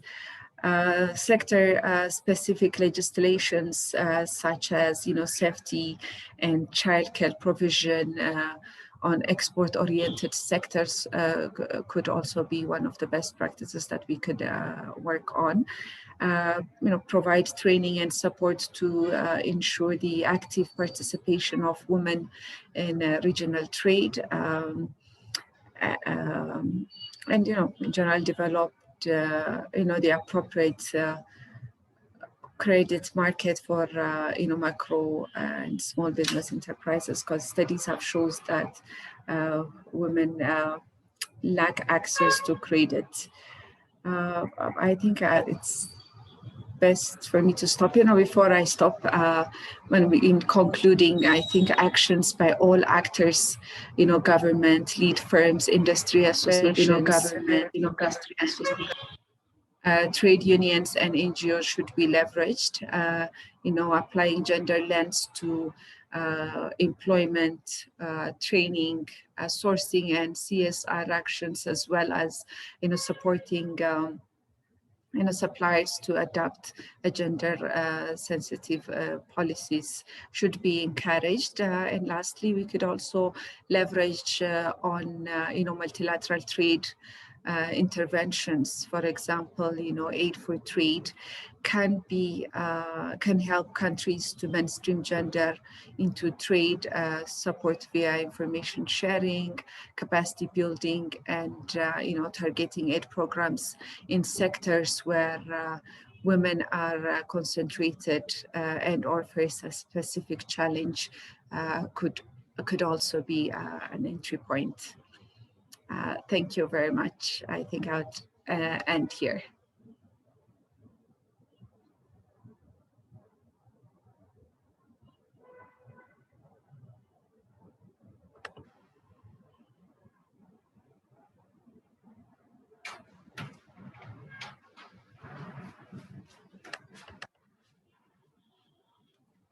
Let's see.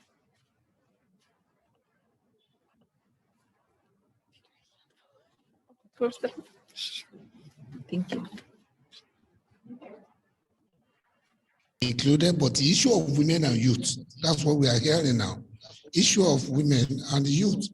So we are going to be having negotiation in 5 areas: investment, competitiveness, intellectual property, women, as well as youth. So it's a time for our women to be able to say out their mind and ensure that they participate on emerging negotiation in all the 5 items. That of investment have started already. And she also told us that there have to be complementary policies in member states. And therefore, I believe strongly that CIP has some policies to complement this effort.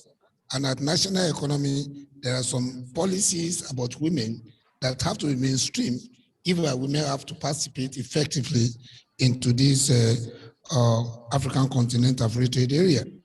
So thank you for wonderful contribution. And I believe that those people that have one question or the other, please let your question down.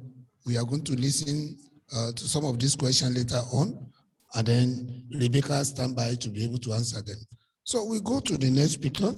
The next speaker also is joining us online, and the name of the speaker is Trudy Hassenberg, all the way from Tanlac in South Africa. She's an executive director of Tanlac. Ms. Trudy Hassenberg,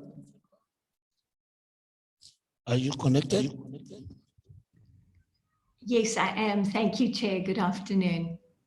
Okay, thank you. Thank you. Thank you. Thank you.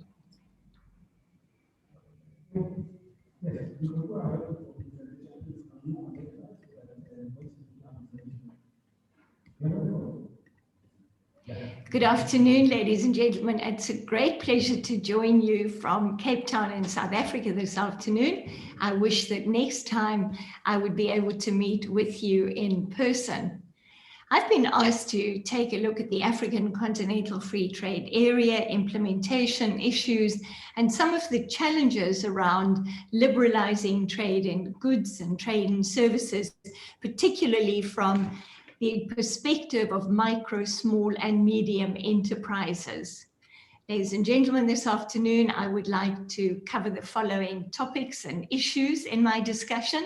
First of all, just to provide a little bit of an update on where we stand in the trade negotiations. We note, of course, that the 30th of June was an important deadline for our member states, the negotiating partners, to submit offers of tariff concessions and also to finalize the negotiations on rules of origin for trade in goods, and then for trade in services to make commitments on the 5 priority services sectors. We'll say a little bit more about that in due course. We will then focus a little bit on trade in goods and services specifically, and some of the challenges from a MISME perspective. And following on my previous speaker, Rebecca, thank you so much for raising the issues related to women traders in the AfCFTA. Ladies and gentlemen, we recognize that MISMEs across the continent predominate as the business form across all sectors, both in trade in goods, but also trade in services. And women entrepreneurs face particular challenges that we should aim to address. Because after all, if we take a look at demographics, we know that women-led businesses and, of course, MISMEs more generally are integral to the success of the African Continental Free Trade Area. We'll say a little bit about implementation matters, and I would like to pick up on some of the issues of our esteemed speakers related to the regional economic communities, ECOWAS in particular, but also the role of business associations and the private sector more generally. Where do we situate business and the private sector in the institutional architecture of the African Continental Free Trade Area? And finally, just to look ahead a little bit longer term to the development prospects for the African Continental Free Trade Area. And here we'll mention some of the issues that our chair has just noted. We are negotiating, for example, a protocol on investment, particularly important, attracting foreign direct investment, leveraging innovation, product and market development. These are some of the important dynamic benefits that we hope the AfCFTA will bring. Ladies and gentlemen, just a brief update. We know that member states have been ratifying the agreement at quite a rate. And as at the 7th of July, we stand at 37 countries that have deposited their instruments of ratification.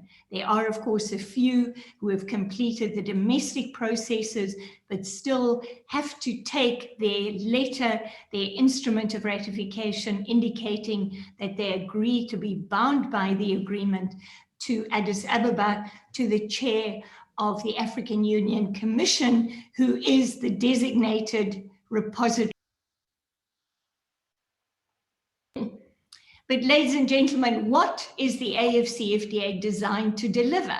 And what can we legitimately expect from the AfCFTA? We have to keep in mind it's a continental initiative, but It is also a free trade agreement, which will exist alongside the existing regional economic communities. And I think that's very important to keep in mind. This is why, for example, ECOWAS will remain particularly important for those members that belong to this very, very significant integration arrangement. This means that the principle of the acquis is complied with. We are building on what exists already. We are not reinventing trade and integration arrangements. So the African Continental Free Trade Area will add to an existing body of initiatives to integrate trade, investment, markets, and economies across the continent. We note that implementation will take place incrementally. This is not a big bang approach, ladies and gentlemen. It will take time before we have a fully fledged African Continental Free Trade Agreement in place. So we have to pay attention to what happens at the national level, because that is where the implementation will take place. There are a number of very important institutions, and some of them are noteworthy. Previous speakers have mentioned them. There is, of course, the AfCFTA Secretariat headquartered in Accra. There is the Council of Trade Ministers, the Committee of Senior Trade Officials. That's noteworthy because the RECs are represented in the Committee of Senior Trade Officials as observers. There are also technical bodies dealing with rules of origin, with tariffs, with standards, with customs and border management and other practical issues which we deal with in the AfCFTA. Question remains, where does the private sector fit in? Ladies and gentlemen, this is just a reminder. We are focusing today on Nigeria and the ECOWAS integration arrangement, an extremely important one. Keep in mind that Nigeria also belongs to CENSAD, but CENSAD does not have its own free trade trading arrangement yet. So what we really are concentrating on is ECOWAS. And the gray part of the continent is really where we are looking at new market opportunities. Currently, for example, Nigeria trades with my country, South Africa, under the rules of the World Trade Organization. Ladies and gentlemen, there's a lot we can do to increase that, improve that situation by reducing, for example, the tariffs that we apply to one another's goods. So liberalization under the AfCFTA will open up a lot of opportunities between those countries that are currently applying WTO rates of duty. But keep in mind also, ladies and gentlemen, of course, that distance, the high transaction costs of trade, and so on, costs of transport regulation, add to the cost of doing business across the continent. So equally, while we address tariff reduction, we also have to focus on non-tariff barriers, on regulatory issues, cooperation and regulation, hopefully even harmonization, because all of this will improve the competitiveness of our trading, our business, our investment, our production environment. And the improvements in governance that will come about as a result of better customs and border management, for example, ladies and gentlemen, will add to our competitiveness irrespective of who we trade with. So even when we are trading with global trade partners, those benefits will be significant. This is just a reminder of the membership of ECOWAS and CENSAD. Just this slide, I won't go through all the detail, ladies and gentlemen, just a reminder that the RECs, ECOWAS, for example, our MU, East African Community, COMESA, SADC, they remain part of the overall architecture, the reality of the new trading environment on the continent alongside the African Continental Free Trade Area. When it comes to challenges, and this is what I've been asked to highlight in particular, ladies and gentlemen, we have to keep in mind, for example, the different regional economic communities, free trade areas, may well have different rules of origin, different standards, and so on. So if we are going to trade across the continent, then particularly the MISMEs will face challenges to comply with different trade regimes. So while the negotiations are ongoing, for example, on rules of origin, it is really incumbent on the private sector and all of us to encourage our negotiators to see how we can streamline the regimes for rules of origin and other very important trade governance instruments to reduce the transaction costs of doing business on the continent. But specifically, ladies and gentlemen, what will the AfCFTA mean for micro, small and medium enterprises? There will be new market opportunities, no doubt, and we require a detailed analysis for which products and which services. So taking a look at the trade data, see where Nigeria exports to on the continent and where companies are importing from is particularly important. That provides a baseline for what exists already, but where are the new opportunities? And I think this is where very exciting development, capacity building and assistance to the SME community is absolutely required so that they can take up the opportunities, but also that we provide assistance, for example, in investment facilitation, company registration, licensing applications, and so on. All of those are absolutely essential to have effective access to the new market opportunities. So if we take a look at the continent, the transaction costs of doing business, as I've indicated, are really high in some respects. Many of those costs are associated with regulatory issues, the soft infrastructure. For example, when it comes to transport, most of our intra-Africa trade is transported by road. Transport regulations, ladies and gentlemen, differ significantly across the continent.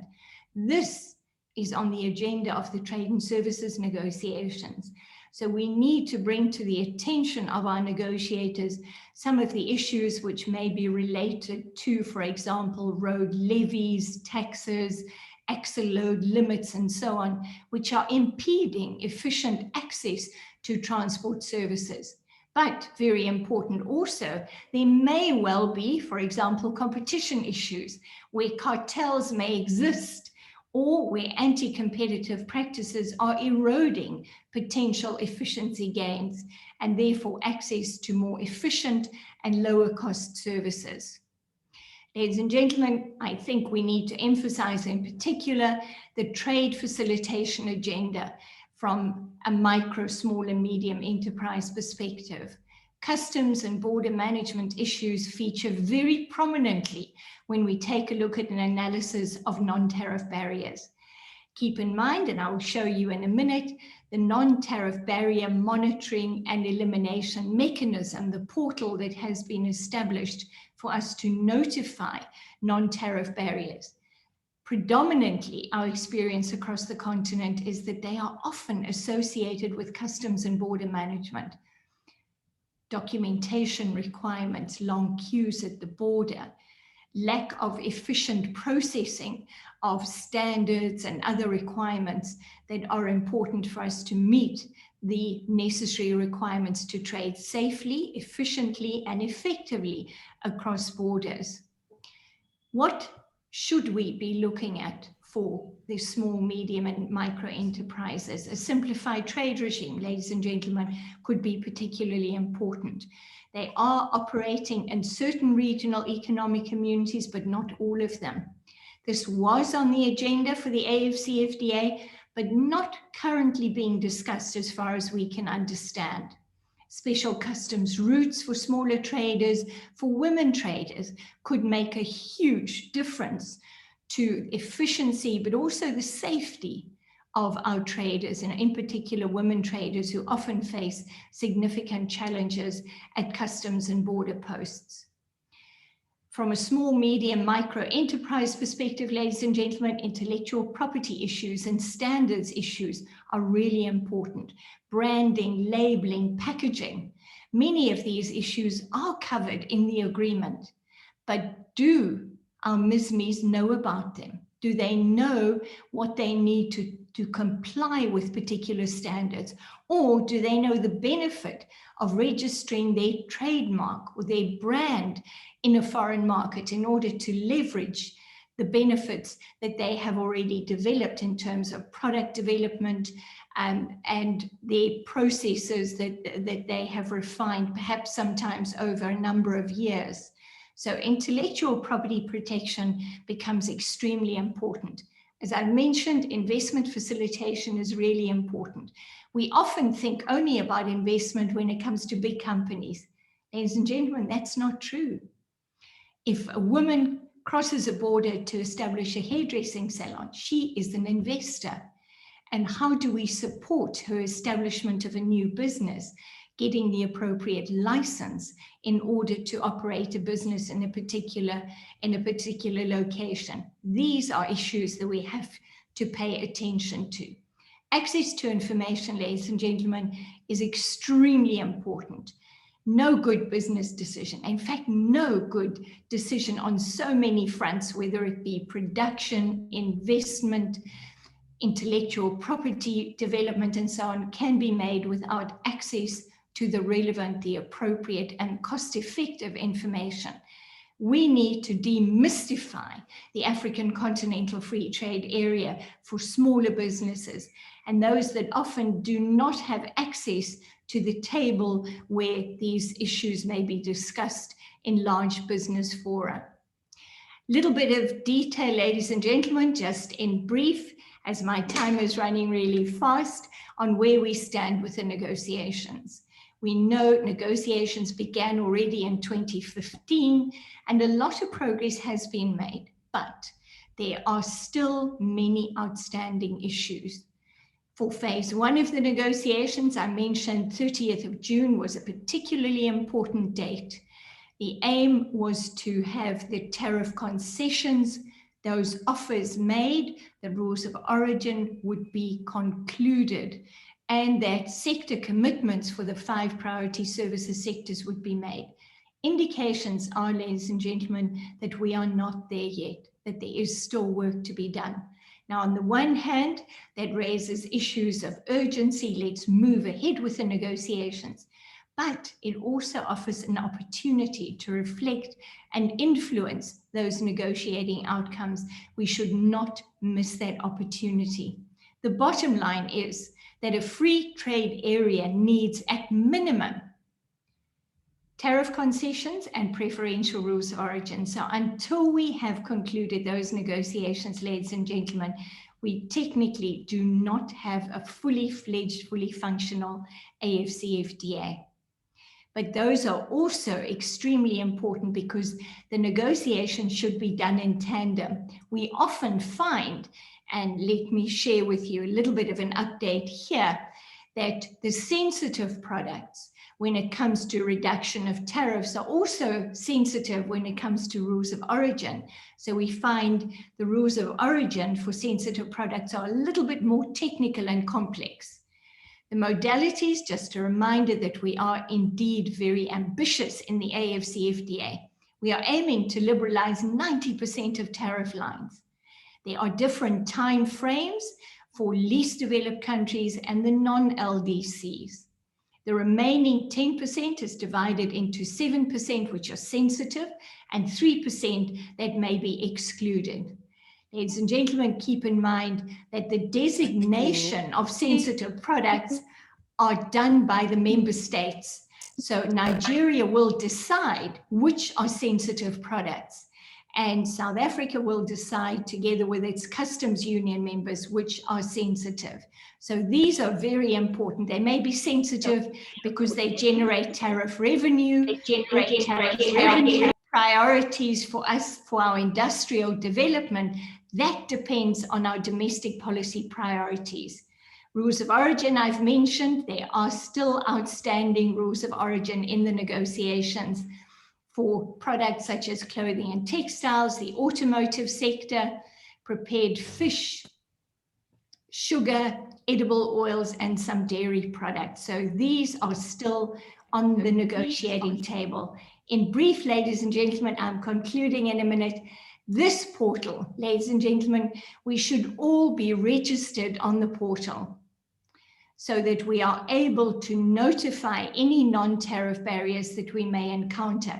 We need to assist MSMEs to get access to the facility that is available under this mechanism, because it is only if we are transparent that we notify these non-tariff barriers and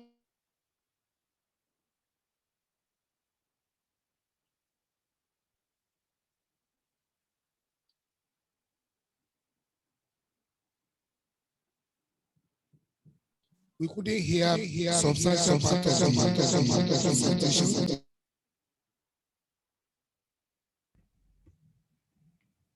Agree with me that China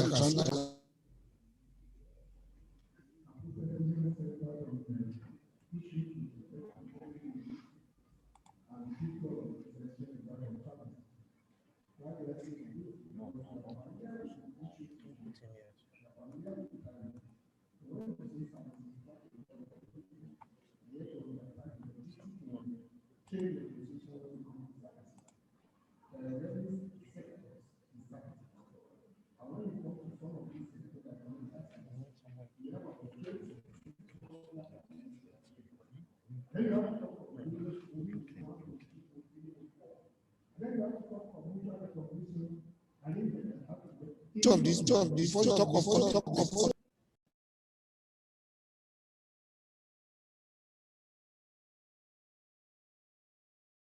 to appreciate her. She equally said, what is the role of the SMS in this arrangement? For goods, there's a little bit of familiarity. For services, not much. And then he's saying that even for goods, we have issues related to the technical barriers. And not only that, she concluded by saying that there are quite a lot of outstanding issues, whether in goods and services as well. Once again, let us appreciate that wonderful presentation. Let me assure you, I've been told that this presentation will be made available to as many people as they have their email. So we have somebody online. We shall be going to question time. The first person that we want to listen to is Professor Wale Ogunkola. He's a friend of mine. His hand has been up. You can put your hand down and ask your question, Wale. Right, please. Can you connect very Wale? much. Wale, Thank you you very talk much, loud. Mr. Chairman. No. Can you hear me?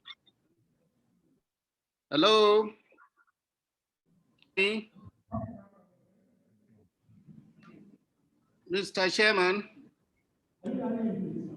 Yes. Mr. Chairman, I can hear you. Can you hear me? Hello? Okay, thank you very much.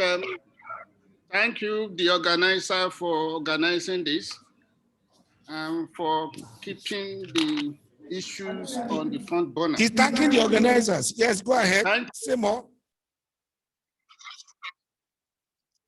Yeah, I also want to thank Trudy. Trudy, it is nice to see you again and to hear from you. So you've raised very important issues and so on. And mine is to add to it in terms of what I think should be the way forward. There is no doubt AfCFTA is a game changer, but before we can have effective outcome, there are still so many outstanding issues. And I believe that we can actually overcome. You listed outstanding issues and the fact that we are not there yet. There is this issue that I think is very important in terms of even the MSMEs that we are talking about. The role and place of ICT Because if you look at trading now, we should not forget that there are so many things you can do on using ICT to leverage and to minimize the cost of trading. And I think it should also be part of what should be the next item on the negotiation. You added women and youth, and I'm suggesting that the issue of ICT, so that not only negotiation in the area of ICT, but how to leverage ICT to be able to maximize some of the benefits that we are looking for. And thank you for also reminding us that AfCFTA is beyond tariff reduction only. I think the major issue is in the area of non-tariff barriers. And I hope you can respond to this so that at least we can take it further. And thank you, Mr. Chairman, for this opportunity.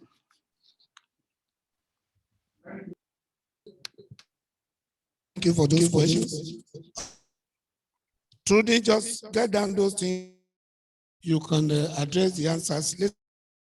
As I read some of these coming from our listeners, so that by all our, starting with Dr. Enobo, as well as that is Rebecca, and the third person.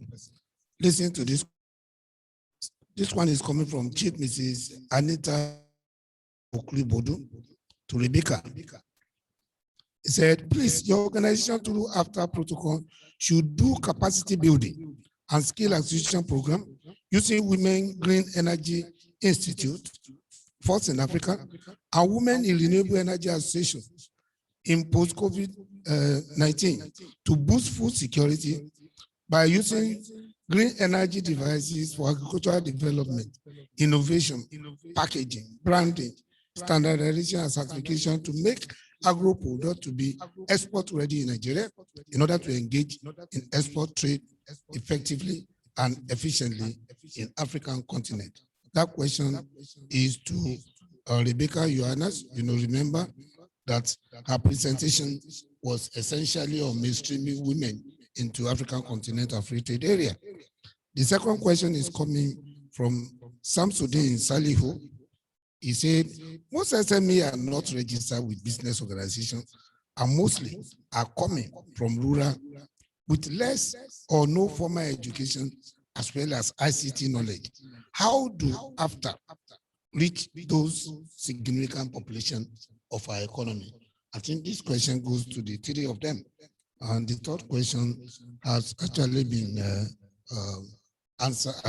put across by Professor Wale Ogunkola. I think it's a contribution rather than question. Now, before we listen to people in the audience for their own intervention and question, can those people that the speakers, can they answer those questions?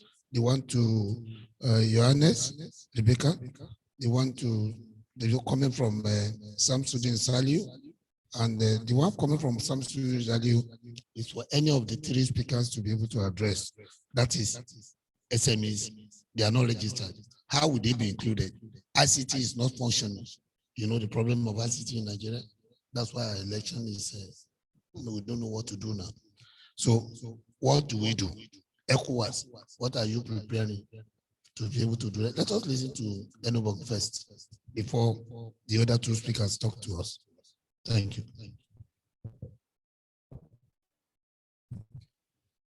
Thank you very much, Prof. And let me congratulate you on a very effective moderation. That was managing technology and reality is a challenging issue, so congratulations. Let me start with the green energy question. In ECOWAS, we recognize the role and the importance of green energy in the next industrial age.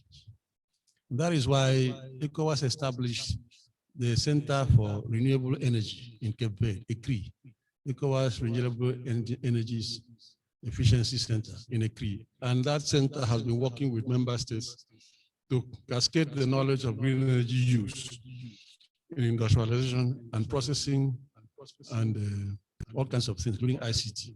So we are on top of this game, and we hope to expand more on this platform. At the Private Sector Directorate, we also have a program that we call Green Enterprise Villages that we want to establish. We want to lead the establishment in ECOWAS. Right now, we are working with the private sector and the governments of Sierra Leone and Guinea and Liberia and Cote d'Ivoire to establish a green enterprise village on the common border, so they will spill over to all the others. Now, the green enterprise village, our own type, we want to leverage biomass. We want to start with a cattle ranch or an animal farm, let me call it so, and harvest the waste from these animals and use it to generate gas that will power generators to provide energy to a village, a cluster, so that you have sustainable energy. Now, the farm itself is a business, and then the enterprise village is a business. And of course, the target is all the SMEs and in that zone. And we are going to anchor with the leading private sector agency in the two states, as well as with the government.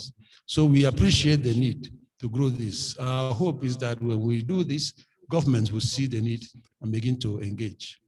And of course, Nigeria, as we know, is already promoting solar energy. There are many young men who are into solar energy manufacturers, delivery of services in the rural areas, in agriculture and food processing and so on.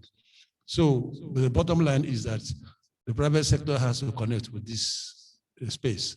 And we have to work with government to create the enabling environment, the policy environment, to make sure that this kind of energy becomes the dominant factor. Because as we all know, fossil fuels are endangered.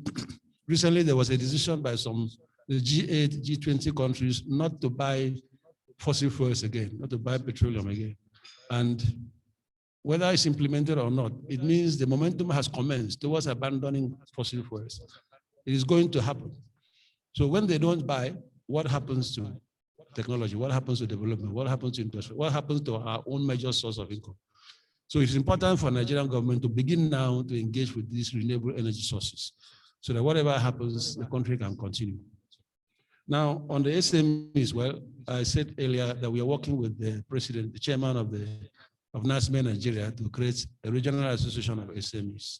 So that is the beginning point. We will engage, because hitherto government has been doing these things by itself. And well, the success rate is anybody's judgment. We want to see how we can create these things and leave for the private sector to drive. We created the Federation of Western Chambers of Commerce in the 80s. They established EcoBank. I mean, if you had wanted government to establish EcoBank, you probably wouldn't have succeeded. Many commercial enterprises set up by government have collapsed. Check the airlines and so on. But EcoBank is a success story today because it was established by business. The same thing with ASCAI. Now they are driving the shipping line.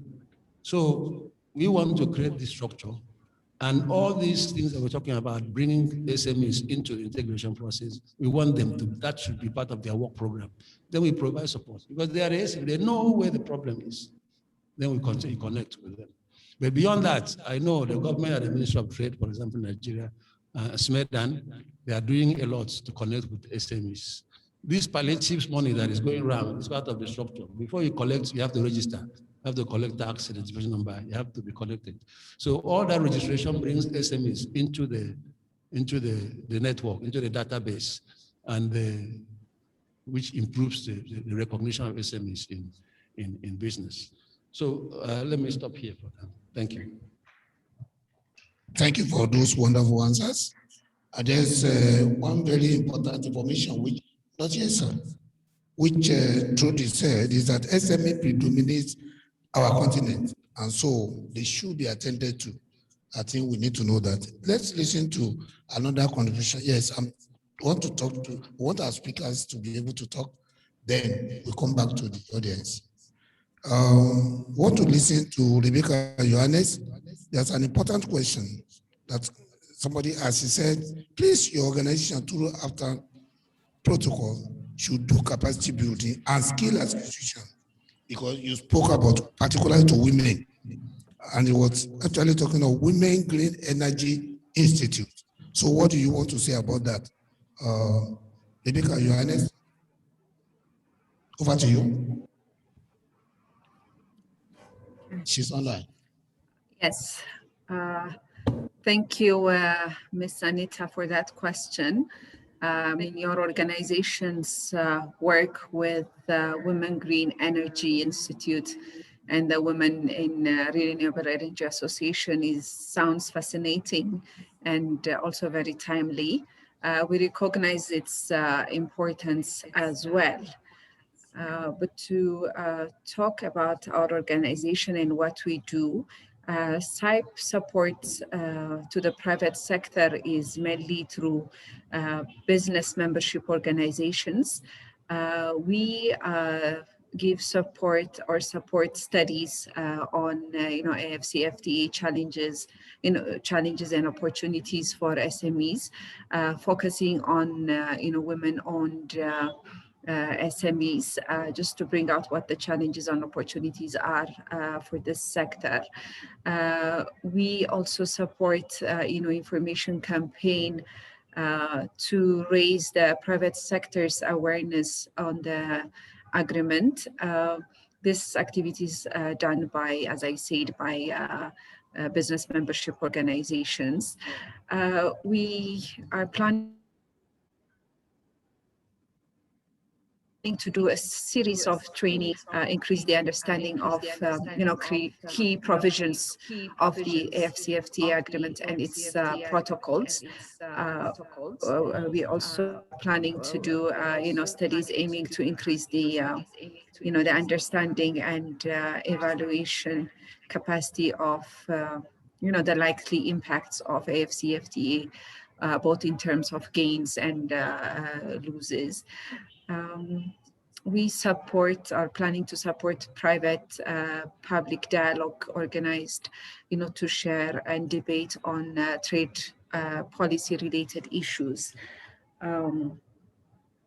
We are also in the process of planning to set up a multi-stakeholder AfCFTA coalition, and supports its creation of a digital platform to serve as an information hub for AfCFTA for all, including small SMEs and such as your organization, to use it as an information hub. So currently we don't have a direct support to private sector. All the work I have mentioned earlier, we do it through business membership organizations.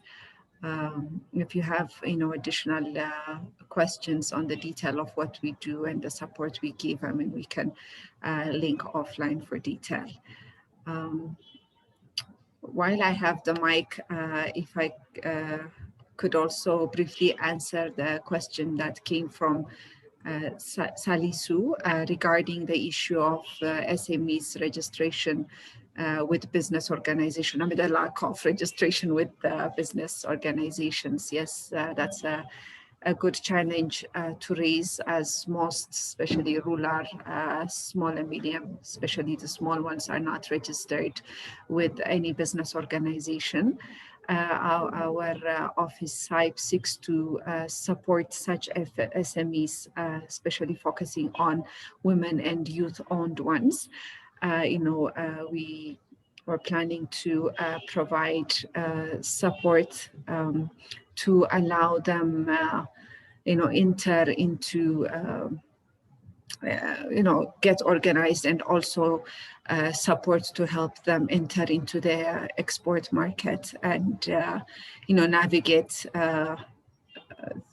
and gain through the process of the trading under the AfCFTA. Over to you. Thank you.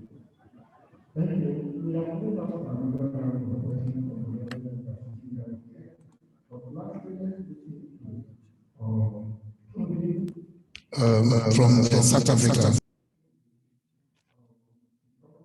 the MSME that the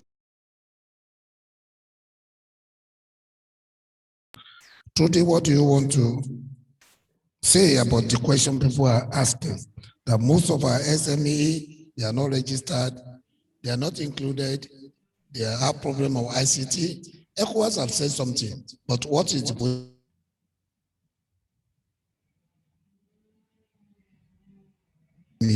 knowing fully well that MSME is a major thing which the WTO is even talking about now. Thank you. Trudy, please, you have just about 3 minutes intervention. 3 minutes. Thank you very much, Chair, for those questions, and thank you to 3 minutes. She has started already.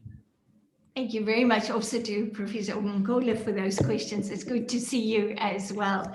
I think you are absolutely right that ICT and MISMEs are very much also on the multilateral trade governance agenda. So these are in the plurilateral negotiations. Nigeria is participating in some of these, but not all African countries are. But I want to come back to some of the basics. ICT undoubtedly can offer some advantages when it comes to digital trade solutions, e-payments, customs and border management. However, the foundational challenges of infrastructure, digital infrastructure, and even energy security, which our colleague referred to, is absolutely critical. So if we don't have energy security at border posts, digital solutions cannot work. And this is why we have to keep in mind that the AfCFTA is also a flagship project of the African Union. And it sits alongside and complements initiatives such as the Program for Infrastructure Development for Africa, the AIDA, Accelerated Industrial Development for Africa, and many other initiatives. So we have to look at these complementary initiatives. Otherwise, the AfCFTA will not achieve its opportunity. But equally, the challenge of bringing ICT to rural communities raises a lot of investment issues as well. So encouraging the development of infrastructure, private and public investment in those areas is absolutely critical, but access to equipment and skills is equally important. So some of the initiatives that Rebecca's referring to are obviously very important as well, to be able to leverage the benefits of digital transformation, the use of digital solutions, but without addressing the foundational requirements, we will not achieve those issues. I think the other issue is that this links to new generation non-tariff barriers. So the challenges around access to the digital economy, the digital opportunities in the markets, those are new generations of non-tariff barriers. And we know from many analyses, Professor Ongola has done some of these as well, that non-tariff barriers are much more pernicious than tariff barriers. And therefore, the benefits from reducing non-tariff barriers, improving customs and border management, moving customs and border management processes away from the border, pre-shipment clearance, having certificates issued domestically and cleared can go a long way to facilitating trade. To the questions. Thank you, Trudy. We shall be going to the audience that are here. They equally have some things to ask. I first of all call John Isemide. And then please, if you want to ask questions, just raise your hand. John first. Who else, please? Yeah, my president, Nasme. Then the Nasima DG. Just the way I called. John Isemide first. Nasima president. Nasima DG. Nasme president. Then you. Yes, our timing is, we are stopping at 1:30, so I think we still have substantial time left. We are trying to manage the time. Yes, John. Yes, John.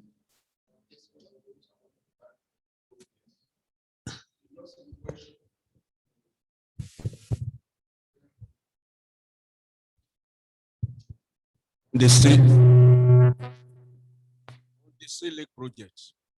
We all started the struggle. And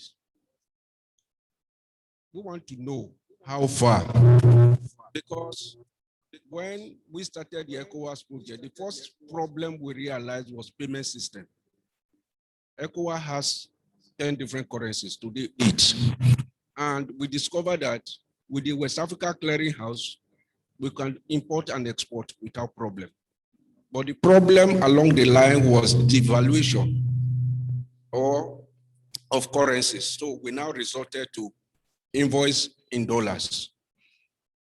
Somewhere along the line, we discovered that we needed a bank, and the private sector, especially Nasima, even the DG of Nasima surrendered his car and office for us to start EcoBank. And with the Bretton Woods Agreement, with the 54 or 55 countries with 42 different currencies, payment may not be the issue. But the C-Link, what we want to know, what is the current situation from ECOWAS office? ECOWAS is involved, FEWASI is involved, First Bank is equally involved, so that we will not run into some of the problems some of us encounter. Carrying salt from here to Equatorial Guinea, because there is no link, we're being asked to pay $3,000 for 20 metric tons. And it's the same salt from Brazil was coming all the way for only 500. We want to know the situation about the sale link before we begin to talk of export and import terminals. Thank you. Okay, let's take from all others.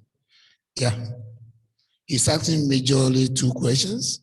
The ceiling project, what's the success? Number 2, what is happening to payment system in ECOWAS?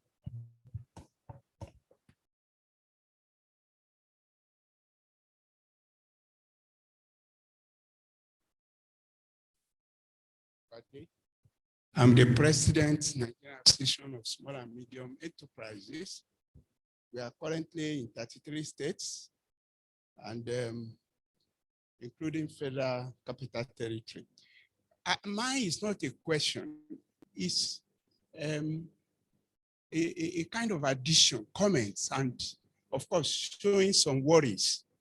Okay, I've listened attentively today, even to the lady from Trudy, yes, from Talak. He was particular about the problems. One that she mentioned critically is information. I know theoretically we've spoken about information and all that and all that. My concern, even today, in the president's, the vice president's address, he said they have created a website or whatever, okay? And people say you don't shave somebody's head behind him. If we that are to use all these things are not aware, my concern is how do we put all these things together? In fact, there was a question from a lady this morning on that. Are people unbanked who are maybe illiterate? How do we get these things to them? And when I looked around in the Nigerian context, I think we can use is an advice. It's a pity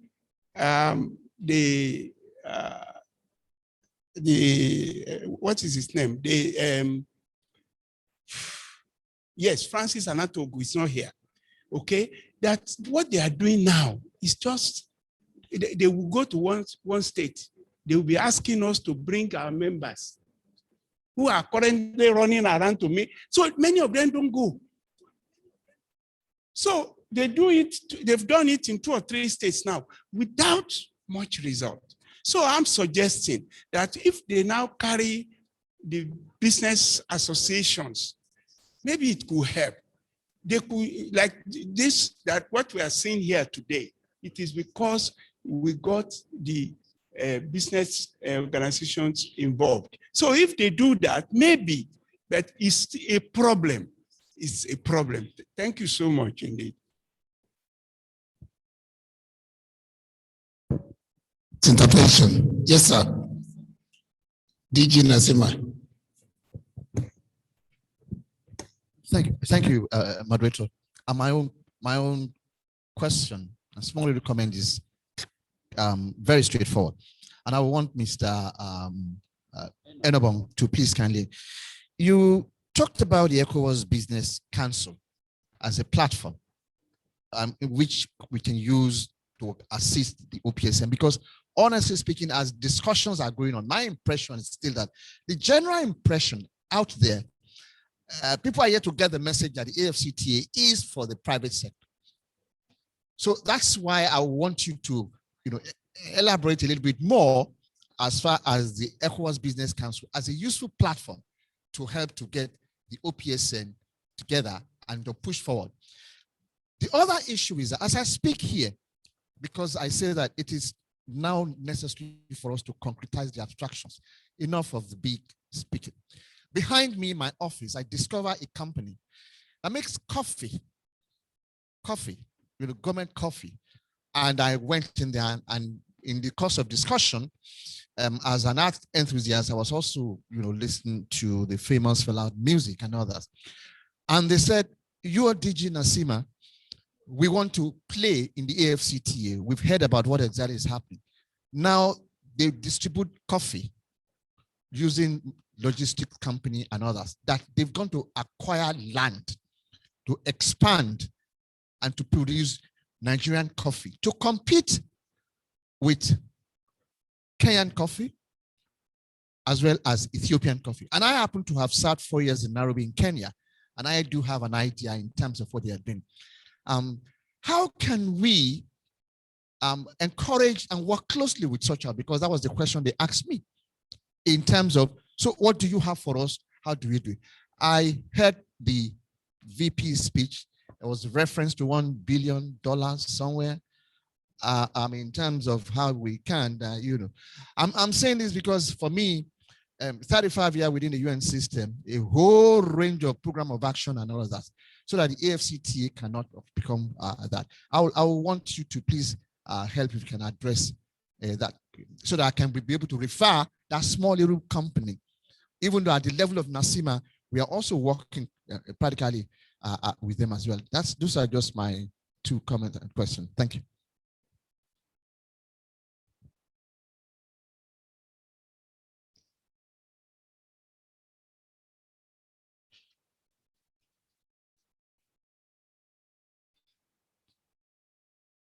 Good afternoon, Mr. Moderator. My name is Robert Itawa. My question is very simple. In the course of the presentations, which we heard from the people who joined from the diaspora, we saw issues left, right, and center. And I want to ask ECOWAS angle, what is the arrangement or ground to get the private sector's involvement to deepen the use of broadband technology so that ICT can be a commonplace facility for anybody to use? Thank you.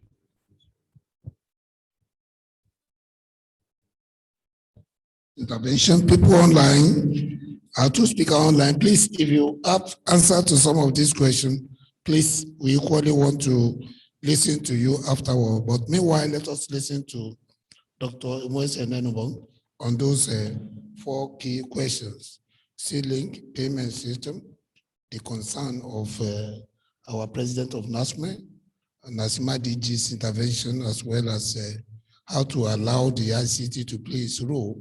What is ECOWAS doing? Because up to now, that is still a problem. Over to you.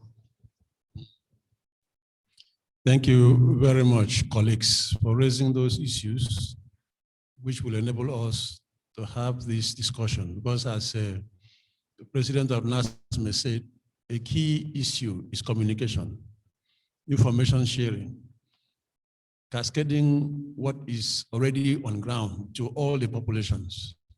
So this kind of forum enables us and gives us an opportunity to deliver on these kind of issues.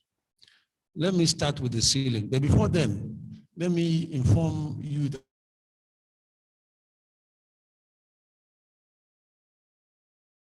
that by member states for 2015 to 2020, we are updating it now for 2021 to 2030.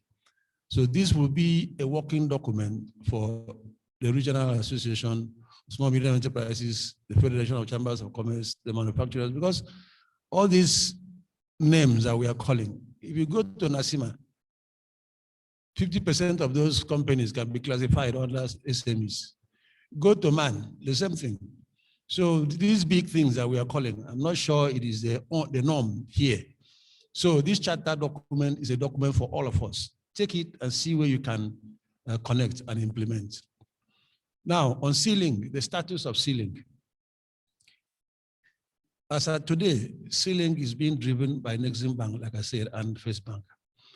The last time I spoke to the guy in Nexim, they have some ships that have started doing some work, not many, because as of 2011, 2012 or thereabout, the total capital base was $100 million US. And the member states were supposed to contribute. Member states' private sector were supposed to buy into this business and make it run. That is where we are. We wanted to make it a community enterprise. Someone from the UK wanted to buy 80% of the shares. We said no. We want it to be a community enterprise. Every member state private sector should be involved. And that is why one of my programs is to transform the national business associations into business clubs, so that get your members to contribute some money and you use it to invest in regional projects. And then when the money comes, everybody shares it.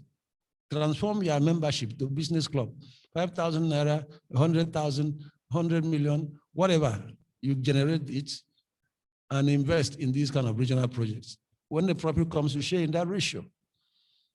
Because we, in the private sector directorate, we have insisted that these kind of projects should be private sector driven. We don't want governments to step in and take over. And we even discussed with, well, I don't want to mention one of the big investors in the region. And they were ready, they wanted to go alone. They didn't want partnership. We said, no, it has to be a partnership thing with all member states. So that is one of the challenges we have, and we are still pushing. We will get off the ground. NASME information portal, the president has said it. I don't want to go into that. That's why we have regional business associations. We want you to organize sensitization programs for your members. Pewama, Pewasi, NASME, take the information we give you. You invite all of you to all ECOWAS meetings, and you have a retinue of information. When you go back home, organize something for your members and cascade.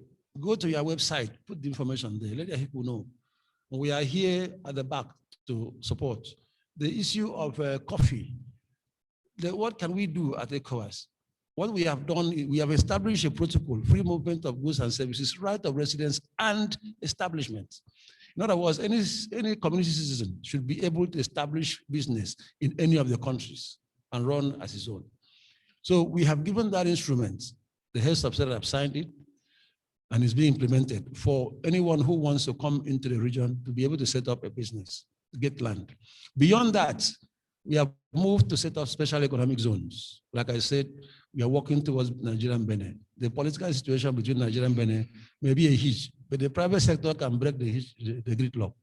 Let the private sector of the two countries have a discussion and see if we can set up this zone. We have discussed with the government of Lagos State and the government of Ogun State. And on the Benin side, we've discussed with the equivalents, the prefectures of Weme, the prefectures of Plateau, the opposite side. And they all agreed. When we finished the meeting, the government of Benin announced the establishment of a free zone on their side of the border. In other words, telling Nigeria that they're ready. So all we have to do is keep bringing these two people together, so that they can work and establish a special economic zone. If you look at the map of Africa, that zone, that semi-border, is at the trigger point, is at the trigger. Imagine a mega highway constructed by the ADBs coming all the way from Mombasa to Seme. We have the Lagos Regional Corridor passing Seme, heading to Dakar. We have another highway coming from the Mediterranean, hitting Seme. So when the CFTA comes fully on board, that place is going to be a mega logistics hub for Africa. So we need to, the private sector needs to step in now and take over and make sure that this happens. Because whether it happens, like the Silicon Valley that came on board by chance, it was not designed. That's where you go to Semeboda now, you see what is happening. The place is a confused marketplace because there's no organization, there's no one is taking charge. And yet, despite that, It is the border with the highest volume of trade in Africa. So we need to engage with this. And it's close to all the Ikeja industrial zone is here. The Porto Novo port is there. Lagos port is here. I mean, all the necessary, the airports in Cotonou, all the necessary infrastructure that support special economic zones like that are in that spot. So I'm happy FEMAMA has taken it up seriously and will continue to support. Let them mobilize other private sector groups because it's not going to be a one RBA effort. Mobilize others, continue to engage with. There's an MOU between NASIMA and the Chamber of Commerce of Benin. We can leverage that MOU and begin to have these discussions. Because imagine if you set up that place, it would be a neutral zone for ECOWAS. You can go there and set up your business, managed by a special purpose company, an SPV, not controlled by government of Nigeria or government of Benin, controlled by the special purpose vehicle. So just put that in your mind and see what we can do with that border for Africa. So those issues of setting up businesses, I think we can drive better in partnership with the local regional business associations. EBC and the CFTA, that is exactly why we formed the ECOWAS Business Council. There are many regional business associations in West Africa. The Chamber of Commerce is there, the manufacturers, the SMEs, the employers, the women, the bankers, the insurance guys, the tourism guys, the transporters, you name them. They are all over the place. Who are you going to use as the mouthpiece for Africa? So we needed to create the ECOWAS Business Council, which is an amalgam, an aggregation of all these 21 members represented by regional presidents of regional business associations, big companies, and SMEs and women. Then the chairman will be the one that will lead negotiations, be the voice of the private sector in West Africa, whether it's at the WTO, it's at the CFTA, it's at whatever negotiations comes, whenever we are looking at West Africa as a bloc, the private sector voice will be the chair of the ECOWAS Business Council. That is why it was, indeed, the Business Council was a demand by the private sector of West Africa. In 2006, Mr. Idi Ango was the president of the UEMOA Regional Chamber. He led private sector people from Nigeria to the summit in Togo, in Niamey, and said, private sector is old. We are not babies again. We cannot continue to cut our hair in our absence. We want to be part of this process. Tell us, tell ECOWAS to work with us, to organize us so we can engage. And the president said, okay, sorry. We hear you. ECOWAS, work with private sector and create an ECOWAS Business Council. That's why we started with the regional business association from the ground to bring to the apex. So that is why we did all of that. The private sector initiated this move and is ready to engage. But like I said, Nigeria is a leading member of ECOWAS. Nigeria has to lead, to get up and get engaged. Establishment of, well, I've spoken about the issue of the coffee.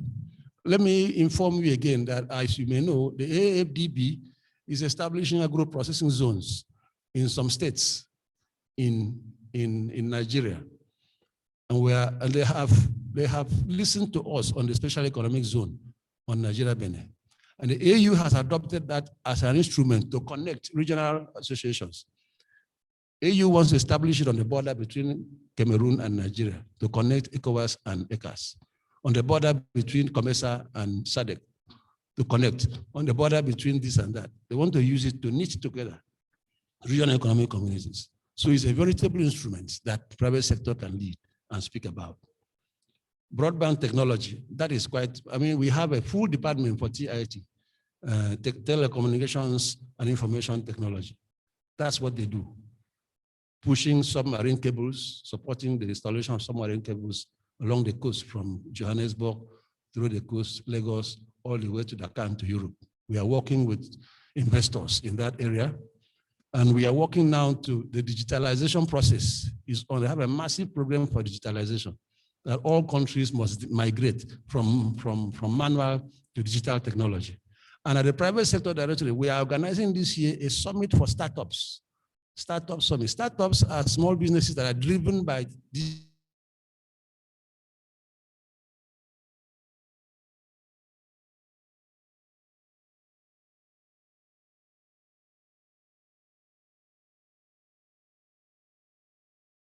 business institutions have to take the lead so that it is successful. You know, ECOWAS is at the tertiary. We are not on the ground. You are our building blocks. And you have to take the lead. Thank you. Thank you for those interventions. Our time is fast spent, and what we want to do now is just to say a few comments which I've had about the issue of SME charter. I think it's online. You can check it. ECOWAS SME charter, so that you can download every of the information, which is Eno was talking on the issue of seedling. I think that regional cabotage is equally essential. Let the private sector actually let the government know that a regional cabotage, that is to allow the shipping line owned by member states in ECOWAS to be able to carry our goods. The problem we are seeing along the road is because there is no harmonization in that particular area. Nigeria have Cabotage Act, other countries don't have. So a ship in Nigeria, can they carry goods from Nigeria to Senegal? Senegal will want a ship that is coming from Europe.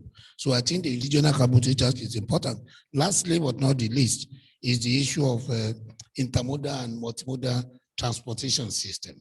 You see, you carry a particular product by air, then from air, it can go by road, from road, it can go by other things. These things are existing in other countries. That will be the only way in which African continental free trade area can actually work very fast. A product coming from South Africa, coming by sea, when it gets to Lagos, it will equally go by air, and then within 2 days, it's already in Kutuwenji in Niger State. So I believe that these are things which the private sector should package as initiative for the government to be able to take care of. Thank you, everybody, for coming. This session is coming to a close. Let me say thank you to Eno, who is here. Thank you to the other two speakers that are connected to us on online from East Africa as well as from South Africa. Thank you to everybody for listening, and thank for the organizer of this program. We are very grateful. Thank you.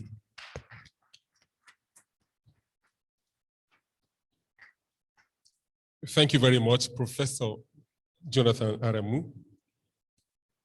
Thank you very much.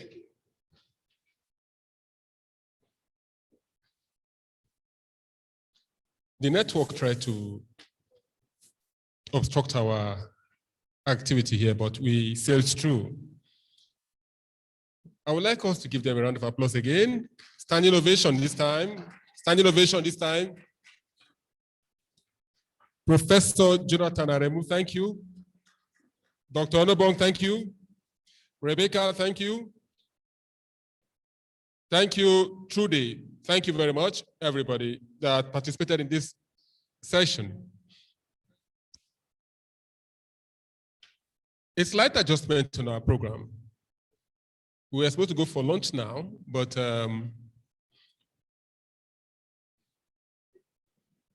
hello. I think I like this standing up. So just take time, say hello to 1 or 3 persons that I have not seen before. Do your networking, say hello to 1 or 2 persons. We'll skip lunch for 2:30 and take the next session so that we can close with lunch. I think that is okay with everybody.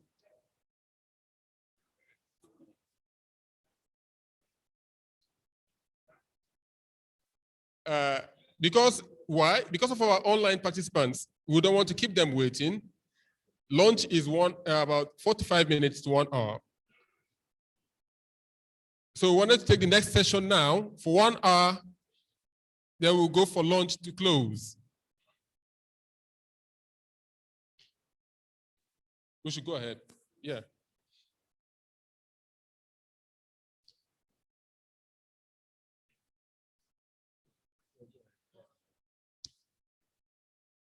So just take 1 or 2 minutes to say hello to 1 or 2 neighbors, friends, say hello.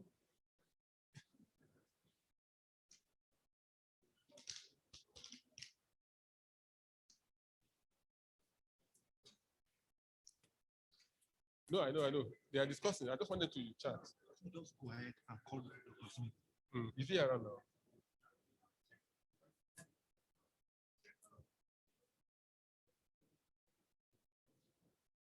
No problem. Thank you. All right, thank you very much. We'll go straight to the next session. We have Dr. John Isemede. Dr. John Isemede is the moderator for the next session. Is he available? Is he here? Okay, please make your way to the high table. Hello. The next session is on implementing the AfCFTA agreement in the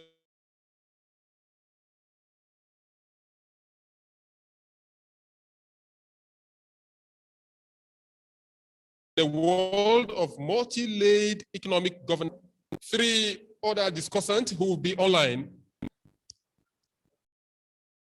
Fostering intra-trade through AfCFTA and the impact on employment will be taken by Mr. Amadou Fall Sako, International Organization of Employers, IOE.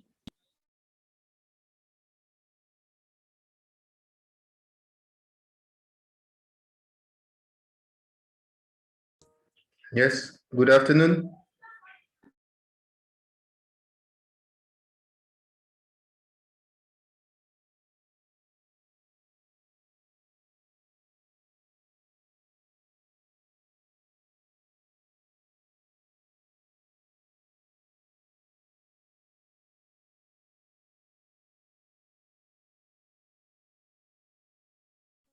We also have Professor Wole Ogunkola.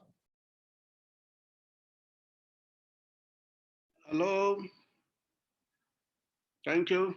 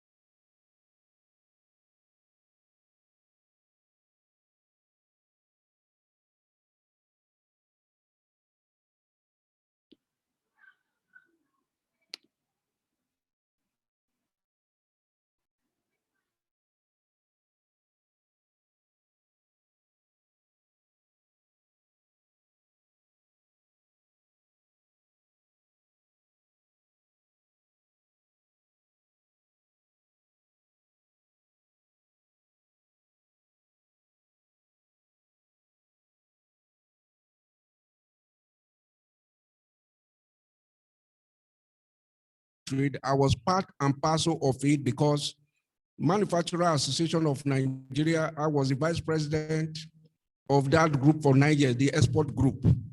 And I was export manager for Unilever, covered 20 countries, Cowbell 6 countries, Dangote, and all these things. It was practical. So this thing is doable. We did it under the ECOWAS ETLS.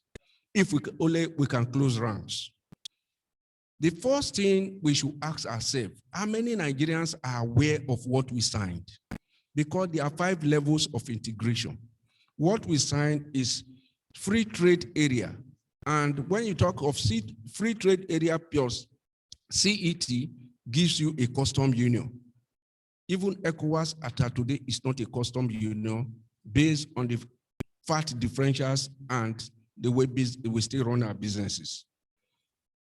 I am the moderator, and I have 3 people who are discussants. One of them is Mr. Amadou Fall Sako. He's going to look at the labor aspect of it. And I can tell you vividly that I have worked in more than 10 African countries. The labor law here is different from that of Benin Republic. That of Benin Republic is different from that of Kenya. And even in the ECOWAS level, before I got my job and resident permit, I was hiding under the 90 days free residence, and 1 month for your car. So we have to harmonize things in line with the ILO and what NECA is doing to workers in Nigeria, protecting workers and all that. That is what we hear from him. The second discussion is Professor Wale Ogu, okay, and he's going to tell us about the implication and how we are going to implement the Africa Continental Free Trade. If we look at the EU as a body, EU did not start the way 54 out of the 55 African countries came together. In ECOWAS, 15 out of 16 started the same day. The only country that was not at the exception was Kivu because of light connection. And today we are talking of EU. EU started with 6 members. And even the Prime Minister of Britain, who said they must have a stronger Europe, refused to join. As they were progressing, other members were joining. Britain, Ireland, and Denmark joined it only in 1973. And by 1992, Britain has indicated their intention to leave the Union. They have left, joined the Commonwealth of 54 members and over 2.5 billion people. So that is a strategy. Then you look at the EPA, Economic Partnership. When the partnership did not work, it was Morocco joining ECOWAS or not. And some of the people who have signed this ECOWAS agreement, they have signed the Continental Free Trade. Today, they have signed the same agreement with the EPA. So China is the way Professor Lufemi Shaibu will look at. That is arranging with the Chinese. In agreement, we have bilateral, we have multilateral, and also we have unilateral. So which one now that will favor Nigeria? Because China have been able to come up with a strategy of China concept of Chinatown. And with this agreement, what is signed in Kenya, the first place the Chinese went to in Africa when the Canadian left was in Tanzania. So one agreement, what they have with you is different from what they have in the other parts of the world. The main topic of today is multi-layer when you don't talk economic diplomacy or economic governance. We need institutions in West Africa or in Africa to thrive. ECOWAS is celebrating 46 today. When we were celebrating 25 years, when after the presentation of J.J. Rowley, I raised a lot of questions. We can only survive if we have institutions like ECOWAS Court, ECOWAS Parliament. Today, those things are in place. And when you talk of institutions, why is it that one part of the world cannot just swallow the other? We have institutions like the World Bank, we have the IMF, we have the ILO, and there are rules. And what is the basis for us to engage is CCC, between the private sector and the government. There must be communication, there must be cooperation, and that understanding you call communication, cooperation, and what is done, cooperation or communication. So the only thing we can do with the government at this point that we have signed and ratified is that we have to look at our foreign policy. Our foreign policy must be tied to trade. If not, we'll just be a bystander. We must have must have a trade policy to engage. We must have economic diplomacy so that one part of the world or in West Africa will not lock up the shop of Nigerians. After 1 or 2 years, even when the matter is settled, those things have expired and it's not covered by any form of insurance. Africa Continental Free Trade is still work in progress. That is why it's called Agenda 2063. The committee government set up, which research did they carry out to tell us what we can sell in Kenya, what we can sell in Morocco? Yes. All right, let me stop here for Sanko to come in. Thank you.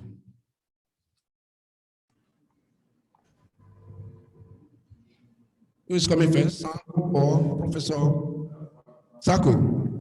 Sako, you are welcome. Where are you? In Guinea or in Senegal? Yes, I'm currently based in Guinea, Conakry.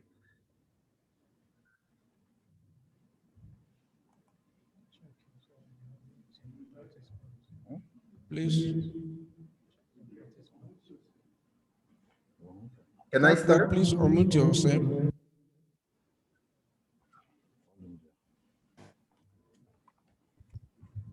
I am unmuted. Can you hear me?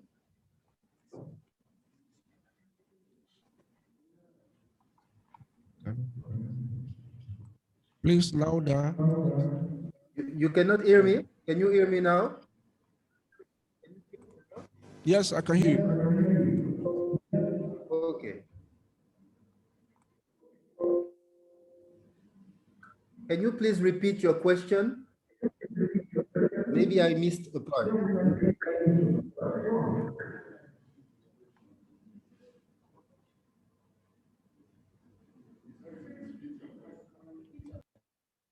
Where is that? Where is that? Where is that? Where is that?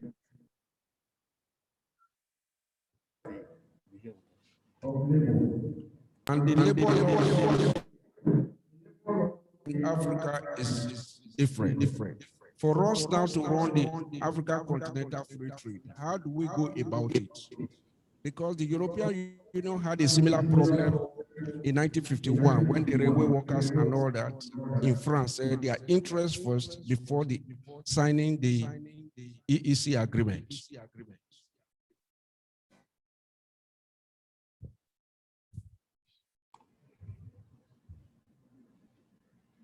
Hello? Yes, I am sorry, I cannot hear you very well. There is an echo. International organization. You employ people. Yes, okay. If you employ people in Guinea and they want to work in Nigeria or in Kenya, these are some of the things we want to say because we are coming together now as a single market or as a block. Okay, thank you very much for your question. I will start with my presentation. I will answer to this question during my presentation, and I will present myself first. So my name is Amadou Sakho. I'm the advisor for Africa at the International Organization of Employers, IOE. The IOE is based in Geneva, Switzerland. Myself, I'm currently based in Guinea-Conakry due to the COVID. So the IOE is the largest network of the private sector in the world and is the sole representative of business in social and employment policy debates taking place in the International Labour Organization, the ILO, across the UN, the G20, and other emerging forums. So for the past 100 years, on behalf of our members in more than 150 countries, we have been striving to leverage our unique experience, expertise, and advocacy to influence debates on the most pressing issues for business and employers worldwide. So the vision of the IOE is to create a sustainable economic environment in the world in collaboration with our members and partners, which promotes free enterprises and which is fair and beneficial for both business and society. So NECA is our member in Nigeria, and we are glad and very proud to be collaborating with NECA. So before I talk about the AfCFTA and its impact of employment, let's look behind. Let's look at the background of of regional cooperation in Africa. So the concern for regional cooperation and integration in Africa predates independence. So the period of 1960 to 1980, however, saw the emergence of major regional integration programs that advanced the continent's economic integration agenda. Post-independence economic integration and regional cooperation efforts have resulted in a variety of initiatives with overlapping memberships and mandates, making Africa the region with the highest density of integration agreements and economic cooperation. Yet, these arrangements have not had a positive impact on the continent's economic performance. Inadequate political will and commitment, high incidence of conflict and political instability, poor design and sequencing of regional integration agreements, multiplicity of regimes, insufficient funding, and the exclusion of the main stakeholders from the regional integration process are factors explaining the inefficiency. So membership in regional integration in Africa has become so pervasive that there is no country on the continent today that does not belong to at least one grouping. 27 of the 53 AU member states belong to at least 2 integration programs. So only a combination of modern, flexible, comprehensive, and coherent national and regional policy, as the AfCFTA aims to do, can help ensure that free trade is more free, fair, and open on the African continent with benefit impacts, with positive impacts on employment. So the AfCFTA became a reality in January 1st, 2021, promising to make doing business easier across the continent. So what is the impact of the AfCFTA on employment? Trade openness is a positive phenomenon that translates into better economic performance in countries at different levels of development, creating new opportunities for individuals, consumers, and businesses, and helping to lift millions of people out of poverty. By stimulating growth, trade has helped lift hundreds of millions of people out of the poverty around the world. The study on the impact of trades on poverty in developing countries between 1993 and 2008 shows that the evolution of the real income of the poorest 20% of the population is strongly correlated with the evolution of openness of trade during the same period. So the AfCFTA has the potential to redress some of the key challenges the continent is facing, provided that adequate investment is allocated to maximize Africa's biggest resources, its human capital. So the opening up of the free trade area offers youth and women greater opportunity to be principal players in regional value chains. With the digital economy and e-commerce growing at a rapid rate, the youth and women will benefit immensely by leveraging on Africa's digital infrastructure to maximize existing opportunities through AfCFTA. Capital constraints, which has been a major challenge for youth and women-led start-up and enterprises in Africa, may become an issue of the past if new innovative solution of providing credit for e-commerce, including fintech solution, can be adopted by the youth within the AfCFTA. This can be realized through cross-border crowdfunding initiative to fund youth and women-led e-commerce. Africa, unlike Europe, Asia, and America, has been lagging behind in nurturing youth talent. The successful implementation of this single market, which allows for free movement of persons, offers youth and women an opportunity to explore their potential fully and apply their trade anywhere on the continent.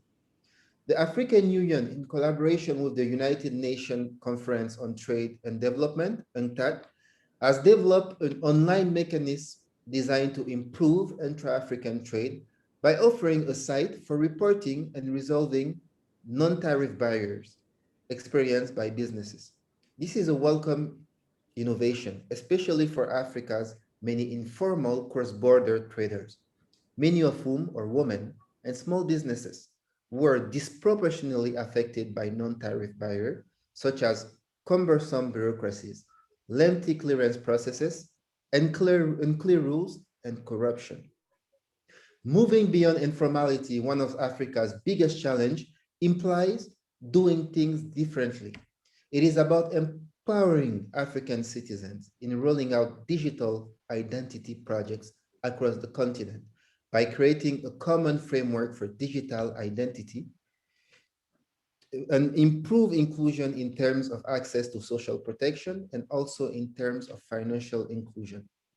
Many international organizations have also been supporting the AfCFTA since the beginning, and among them, the International Trading Center, ITC, a joint agency of the World Trade Organization and the United Nations. So for example, the One Trade Africa program of the ITC aims to empower, enhance, and enable MSMEs to access business opportunities, placing particular focus. Certain things from you, because we are too. Hello. Hello. Hello, Mr. Sanko. Hello. Mr. Yeah. Sanko. Hello. Yeah. Hello.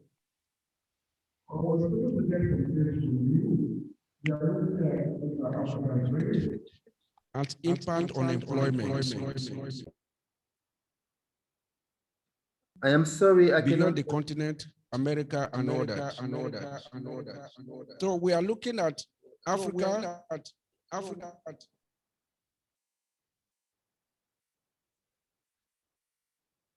French, sorry, English and Portuguese. East Africa, you talk of English and Swahili. In West Africa, French and English. North Africa, you talk of Arabic and mainly Arabic and French. But there's what we call mobility of labor. And people have to move from one region to the other. What NECA is doing in Nigeria is protecting workers. What the ILO is protecting the workers across the globe. There must be a decent work environment so that it will not happen like the days of apartheid, when one country became a giant and was getting cheap laborers from one part of the other. And most of the countries that have collapsed in Africa is because of one riot, one reason or the other from workers. Even if you look at the Boston Tea Park in America. So a lot of questions will come. How do we streamline these things in Africa so that one country will not be providing cheap labor? We have experienced that in Europe. Between Italy and some of our neighbor, a lot of Africans that are going. So these things have to be looked at by the private sector, by the government, for us to get prepared so that we'll not be getting cheap laborers. Your questions will come. Let me now call the second discussant, Professor Wale Ogunkola, on the EU, the EPA, and the implementation and all the implication for the implementation of the Africa Continental Free Trade. Professor, sir, I'm giving you 10 minutes. Thank you very much, Mr. Chairman. I hope you can hear me. Mr. Chairman, I need you to confirm that you can hear me and you can see my slide.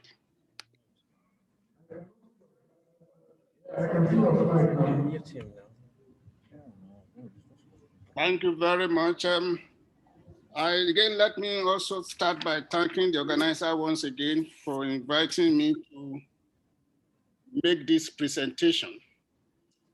And what I'm going to do with these short slides, about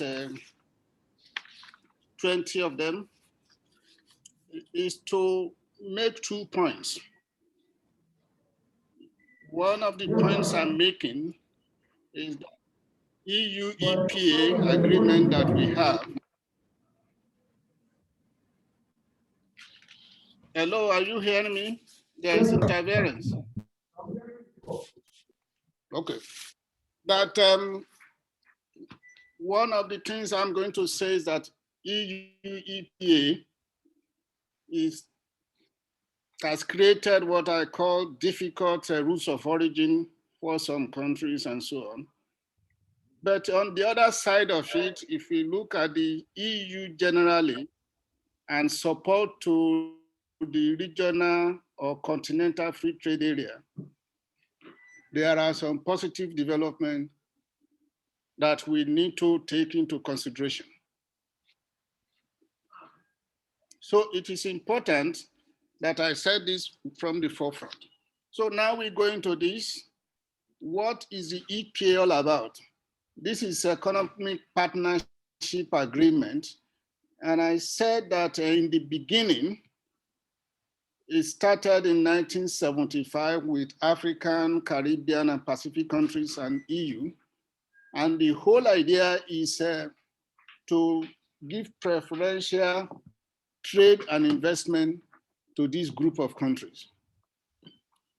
They used to be Lomé Convention 1 to 5. The fifth one ended in 2000. And Cotonou Partnership Agreement, CPA, was also instituted in 2000. Again, Cotonou Partnership moved a little bit away from Lomé Convention. It now has the aspect that the government need to do, the different countries need to do in conjunction with the others. But the EPA negotiation generally has 3 levels or 4 levels of issues that I can say the guiding principle. Supposed not only to be trade alone, supposed to have element of development. In other words, even if you are saying trade in CPA or in EPA, the development issue must be central to that. Reciprocity is what is being introduced that is moving from either Lomé, Cotonou Partnership to EPA, reciprocity. In other words, it's no longer preferential. You need to negotiate and you need to give something out. Regionalism is one. EPA was supposed to promote regionalism. In fact, initially, it was based on the existing regions, like ECOWAS. But along the line, it changed. And when it changed, as far as I'm concerned, it's actually disturbed the original system of regional development that we have. Maybe I can take the example of West Africa for one. Of course, most of the countries in that region are benefiting from EBA, everything but arms. But a few ones that are not benefiting. We have problem. Nigeria is on the different terrain right now. Ghana signed initial EPA, and I think there's also another country in West Africa that signed. So instead of speaking with one voice, we are now speaking with at least 3 or 4 voices in West Africa. Differentiation is also there. What do we mean by differentiation?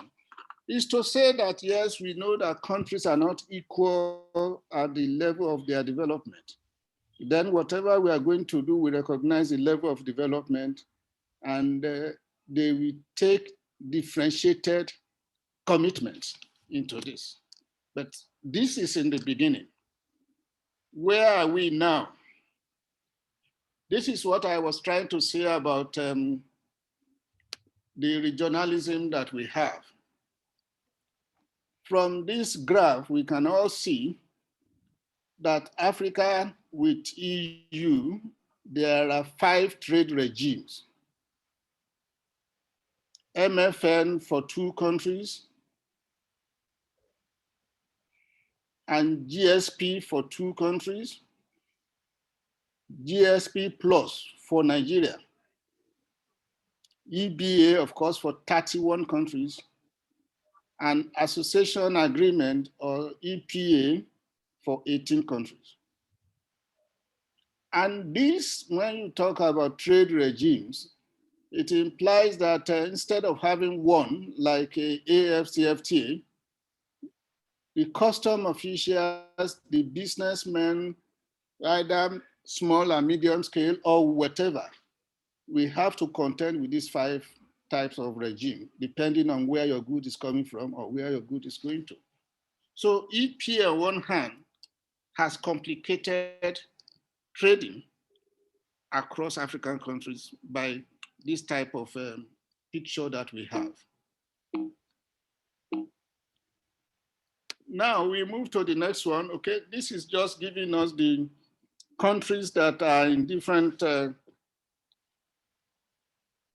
just a minute. different countries that are in different areas. MFN is Gabon and Libya. Congo and Nigeria, we have GSP and GSP plus Cape Verde. The 31 countries are listed there. The case of Kenya is a little bit different. Kenya has initiated the EPA that belongs to the regional agreement, and that's East Africa Community. East Africa Community. But because the other countries are yet to sign in, so Kenya is the one that is admitted for EPA until other arrangements are completed. So this is what we have in terms of what is going on in EPA and the economic community in, sorry. Hello, can you hear me? Oh. It's like I've lost this. Hello? Yes, go on, we can hear you. Hello? Okay, thank you. So this is the picture that we have right now. So now we move to the next picture. Something is wrong with my slide. If you have it here, can you control it? Okay, now we move to AfCFTA quickly. The AfCFTA, again, we've been informed, and I think most of us understand that it's negotiated in phases. Phases 1 and 2, protocols on trade in goods, and phase 2 yet to be negotiated. We also noted that even phase 1 that is negotiated, we still have issues in the area of rules of origin. We are yet to do that. Tariff schedule is not completed yet, so we are not there yet. But again, we just need to move forward. So these are the two main phases that we have. Let me also put it on the table that we are also thinking of adding to phase 2 issues to be negotiated. Gender issues there, climate is also there. I think ICT will also join. So we are here to get there. In terms of trade in services, of course, there are 5 areas already identified that are being worked on. We call them priority area: business services, communication, finance, tourism, and co. And negotiation is proceeding. But let me move to one issue that AfCFTA is clearly beyond liberalization of trade. So it's more than removing tariffs. We tend to forget that at the initial stage when it was launched, we agreed that it's going to be, at that time, Continental Free Trade Area and boosting intra-African trade, BIAT. BIAT recognized that you cannot just remove the tariff or trade barriers. You need to work on various issues. And this is presented in your slide.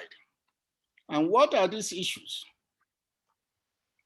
The issue of trade policy itself, trade facilitation, productive capacity, trade-related infrastructure, trade finance, trade information system, and factor market integration system. So anytime we are talking about AfCFTA, we should know that these issues are also on the table for us to take on board and to take along whenever we are discussing the issues. So this is very critical to me, because by the time we move to EU support, either to AfCFTA or to Africa generally, we need to relate with some of these pillars that we have.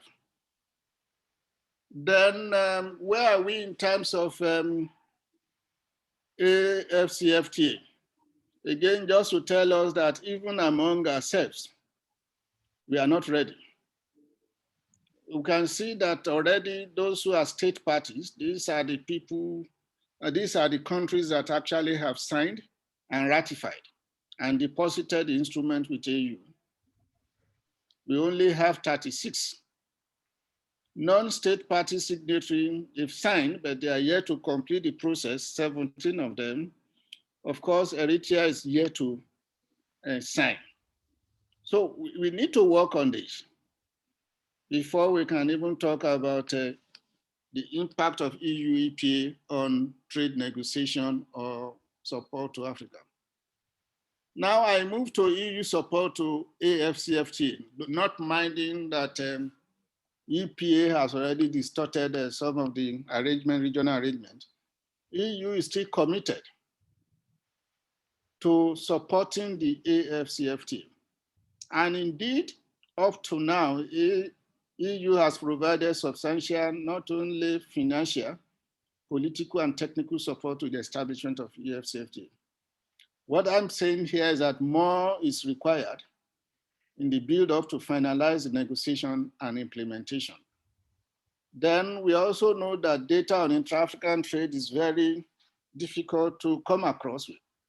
So EU support for the establishment of an African Trade Observatory to track intra-African trade is commendable. And I think that's the way it should be. And we also need to support that to make sure that we have intra-African trade data with us that we can do analysis. We also know that aid for trade for Africa, EU is also playing a leading role in that.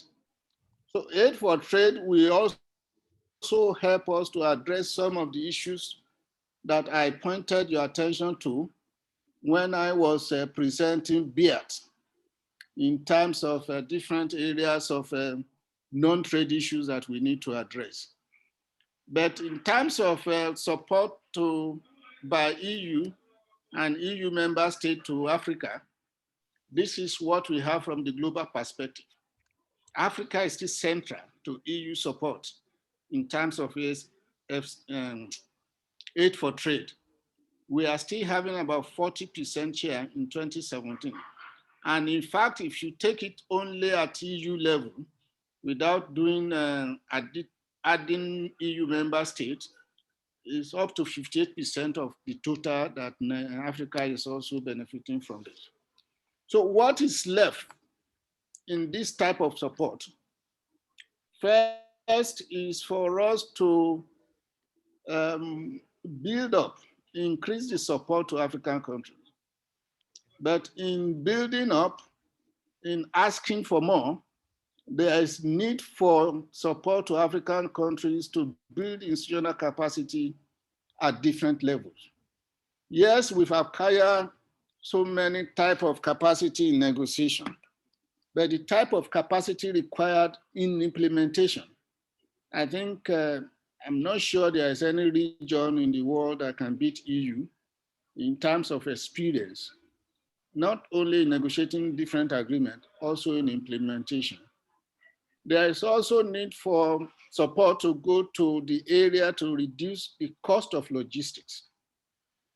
And there are many things that can be done in this area. In trade-related infrastructure is also very critical if we are going to get this rate. Non-tariff measures, we've already mentioned some of them. Trudy pointed our attention to some of them. Investment and business like climate, productive capacity, advanced training, and education for a skilled workforce. Again, if you look at some of those ones, those are the ones that I think are directed at private sector, recognizing the important role of the private sector in all this. Now, this is the second to the last one. To me, these are some of the issues which I call strategic approach. Yeah, is to ensure that EU support to Africa is well coordinated at all levels, not only at EU, including member states, and to also ensure that they are aligned to African needs and priorities. There is also need for paradigm shift in whatever EU is trying to do to Africa, especially when it comes to the EU trade-related support. And what do I mean by that? It will be more effective to recognize the central role and place of AfCFTA and going directly to AfCFTA rather than approaching individual countries.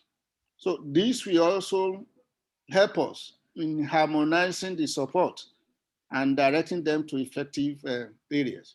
Of course, I recognize that it's possible that we have trade-related support that will go to regional economic communities, and the one that should be tailored towards achieving AfCFTA goals. So beyond this, this is my thinking, Mr. Chairman. Last word is there is need to move AfCFTA beyond being a free trade area to get to customs union.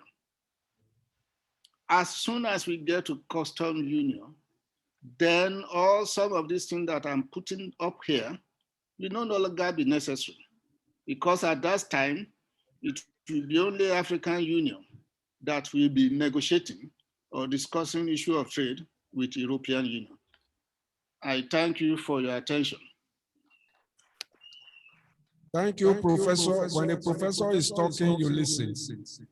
Even the EU that started in 1958 is still working. We thank you for the rule of origin, which we are aware of, 60%, value addition of 35 or 40%, then the Lomé Convention 1, 2, 3, 4, 5, and the Cotonou Agreement and all that, the signing of the EPA, Ghana and Cote d'Ivoire 2007, the MFA, Gabon and Namibia. And if you look at the European Union, the economy is about 60 trillion. Africa with 54 countries or 55, plus minus Eritrea, is only 2.6 trillion. So when you now talk of the European Union helping us, if you look at Africa, they colonize us. About 53 countries in Africa still have one link or the other with the European Union. A similar thing they did with Turkey in 1963. Before I started my presentation, what I said, this is phase 1, part 2. We have signed. Initially, we did not sign. We were the last to sign. Now we have signed. It is now the responsibility of the private sector to come to the forefront. The government has finished the assignment by signing. It is now the private sector. I may even suggest, let us organize, made the Nigerian Trade Fair. Let us now come and present the goods we want to compete or engage other African countries. My last, but not the least, is going to talk on China. China has over 1.6 million people, the second largest economy. There are more people in China than the whole of Africa. And they have come up with a strategy. China did not colonize 1 inch of Africa, and they are able to break all the barriers. Why can't we break that same barrier? So I want to call Professor Olufemi Shaib of the University of Lagos to let us know how to engage China. Because China can produce, add value, take raw materials here and send it 10 times the price. They have shipping line, and here we don't even have what we call multimodal transport system. Our railway does not link the port. The one in Lagos did not link Tinkan. Tinkan did not link International Airport. International Airport did not link Oshodi. The one in Kaduna ended in Rigasa. It did not, Kaduna Junction. So how can we compete? Where are the silos? Where are the warehouses? Where are the, what of the ICT? Now we are having problem. Professor Olufemi, over to you. Thank you. Thank you very much for giving this opportunity to be part of this event. Well, because I may not have so much time giving this now, so I will quickly run over my slides and then again add some side comments to it as well. I titled my presentation as the Path to Development, focusing on the China economic trade arrangements with Africa, implications and concerns for AfCFTA. Now, the The outline is as presented, is we look at introductions, China-Africa issues, and then we discuss then how far we have gone, then what are the challenges and what are likely to be solutions to these challenges as well. So like I said, I'm Professor Olufemi Saibu from University of Lagos. Currently, I'm the Director, Institute of Nigerian-China Development Studies here at University of Lagos. We engage in research and development and again, facilitate trade between Nigeria and China. So like we know, China as a country tries to launch itself into the world using one basic program, which is the Belt and Road Initiatives. And before then, before the Belt and Road Initiatives, China has been in cooperation with Africa using what we call the Forum on China-African Cooperation, which was launched in 2000. And this forum has served as a basis for China to engage with African leaders, African countries, and business alike as well. The China Belt and Road Initiatives was to infuse the South-South cooperation into the agenda such a way that they want to relate more with countries that they believe share the same historical experience, their development, and see how they can work on a partnership that can assist them to have a mutual benefit that can lead to win-win arrangement. The BRI arrangement really focused on 7 key items. Number 1, promoting balanced development of trade, expanding mutual investment fields, attaching importance to infrastructure construction, strengthening building of development capacity, helping to improve the people's livelihood, and broadening the scope of China-African cooperation as well. So I will run a video that will explain what it's all about, and we can listen to it. Plans for economic integration on a massive scale. The land belt runs from China through South and Central Asia into Europe, while the Maritime Road connects coastal Chinese cities with Africa and the Mediterranean. The reach is vast. To date, at least 68 countries and international organizations have signed trade and infrastructure deals with China as part of the initiative. Together, these countries account for up to 40% of global GDP, a whopping $21 trillion. Key projects of the Belt and Road Initiative include a 12,000-kilometer railway connecting London to the Chinese city of Yiwu, a highway that connects Kashgar in China's far west with Pakistan's Quetta port, and a pipeline from Turkmenistan to China that will eventually pump 55 billion cubic meters of gas a year to Shanghai. Proponents of the Belt and Road Initiative say such investments and projects can benefit the whole world and lift millions of people out of poverty. But critics say China is using such projects as a means to gain more geopolitical influence. The United States has long been wary of China's growing influence, and there are concerns its own standing in the region could be waning. Many countries taking part in the Belt and Road Initiative, including South Korea, the Philippines, and Israel, are key US allies. The initiative has also been welcomed by many European nations that hope it will attract more Chinese investment and development. But other countries are more reserved. At the Belt and Road Forum China hosted in 2017, France, Germany, and the United Kingdom opted not to sign a trade statement, saying the initiative was not clear on public procurement or social and environmental standards. One country that is on board is Russia. It's poised to benefit from the Belt and Road Initiative through joint investments and projects with China. In turn, China is relying on Russia's cooperation and involvement because of its strong historical influence in Central Asia. Through the Belt and Road Initiative, China hopes its economic interests, influence, and importance will continue to grow on the global stage. So that presents the concept of BRI, which has been the development strategies of China to Africa and other regions of the world. And the initiative is key into 5 goals.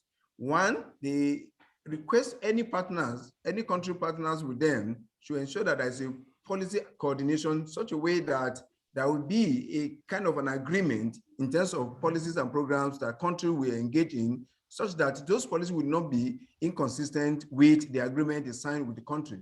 Number two, they also advocate for facility connectivity such that there will be need for them to build infrastructures that will link China to the countries where they're having an agreement. And I explain why they invested so much in rail transport, which can assist them link with China and other countries they are linked with. Thirdly, they also encourage a kind of unfettered trade, such that maybe all trade agreements, all trade relationship, trade policy will be done in a way that allow free flows of goods and services across China to those countries as well. And also, they also encourage a kind of financial integration such that there will be free flow of financial resources as well from China to those countries. And more importantly, they encourage people-to-people bonding, in which there will be a kind of a realignment of cultural values between the country. So I will not talk much about. Hello? Have you finished? Have you finished? Hello, can you hear me? Yeah, go on. 2 minutes more. Okay, so I will not talk so much on the AfCFTA arrangement, since that has been discussed so far since morning as well. But I want to look at what are basically the potential challenges that we may have between China and Africa. For instance, today we talk about African free common trade areas and whatever agreement we are signing as well now. The question we need to ask ourselves is, how much goods are we producing in Africa? And where is those goods are being produced? And what kind of goods are we expected to be imported from other countries as well? As of today, African within themselves, they trade only less than 15% among themselves, and they trade around 52% with Asia countries and 70% with European countries. Yet, as well, we're going ahead to establish a common continental free trade areas, which implies that we want to allow goods to move free flows within African countries. The question is this: are we not hoping our continent again to dumping of goods from other countries, especially from China, that have developed relationship with each African countries as well? These are challenges that maybe may arise as well. But notwithstanding, China as a partner to Africa has done so much to improve infrastructure in Africa. They've invested in infrastructure in many African countries as well, especially in Nigeria as well. They also again, hello? They've invested in infrastructure. A minute more. Okay, no problem. So now they invested in infrastructures, and as the slide that I shared with you shows as well, they've increased opportunities for African as a whole, and they've shown to us as well. But areas where I want to raise concern is the aspect of, one, is that we need to ask ourselves, if we want to really benefit from trade. Call you in another 2 minutes. The network is bad. I want to call Professor Wale Ogunkola of the University of Ibadan. There's a question which says that there is a fundamental error in business development in Nigeria, and maybe other.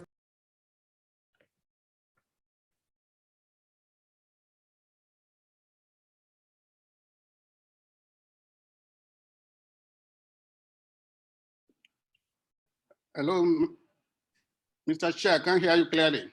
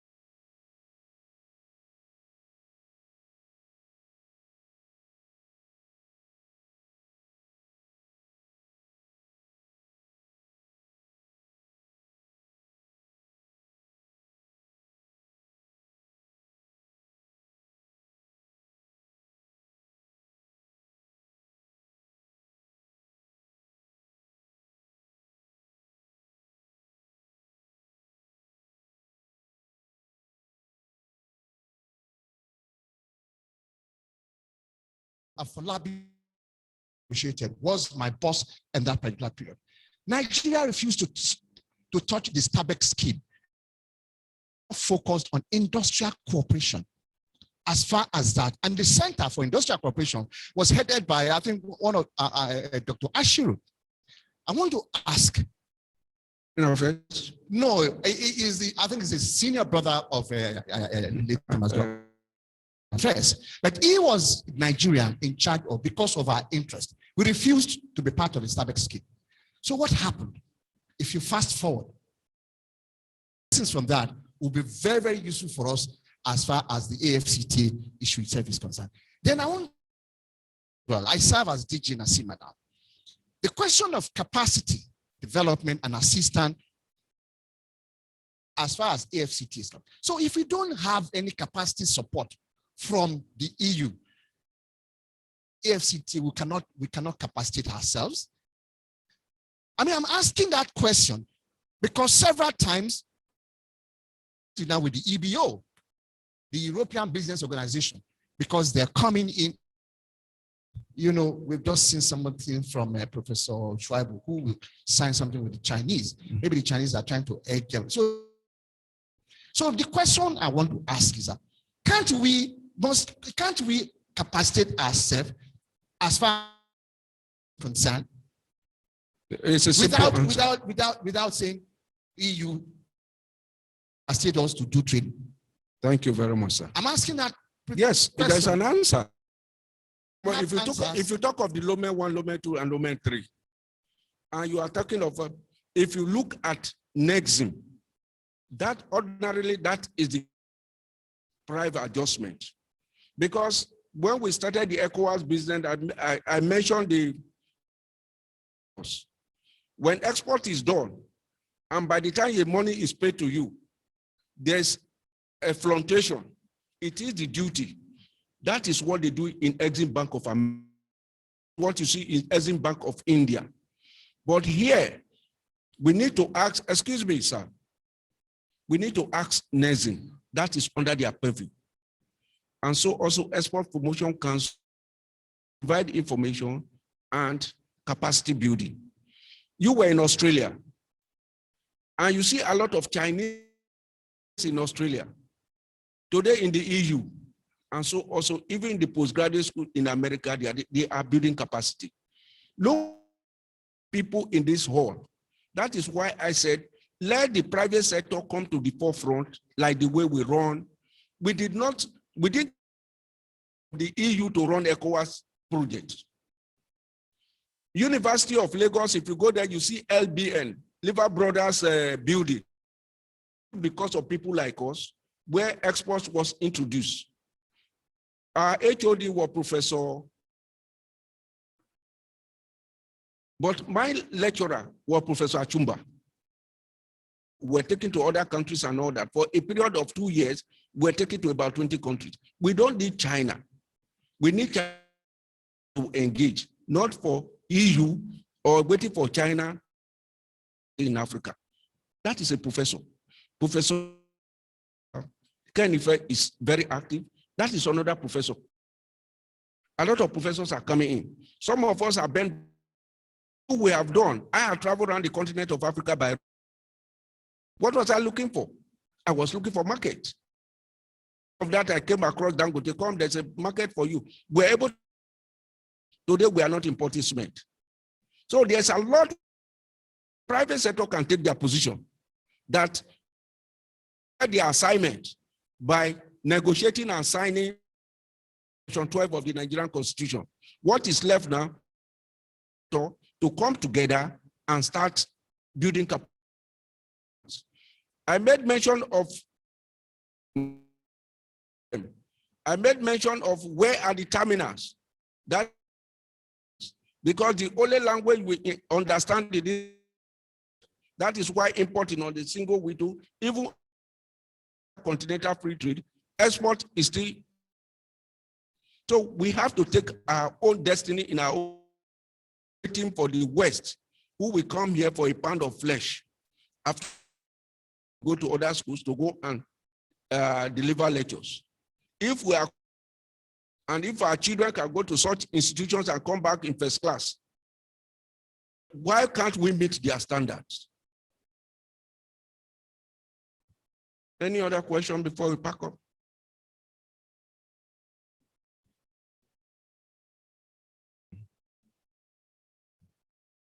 Thank you.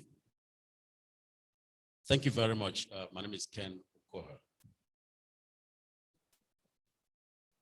I'm so happy the consideration of this particular was brought here, and then brought here before as well. The nexus between and the EPA. And if there is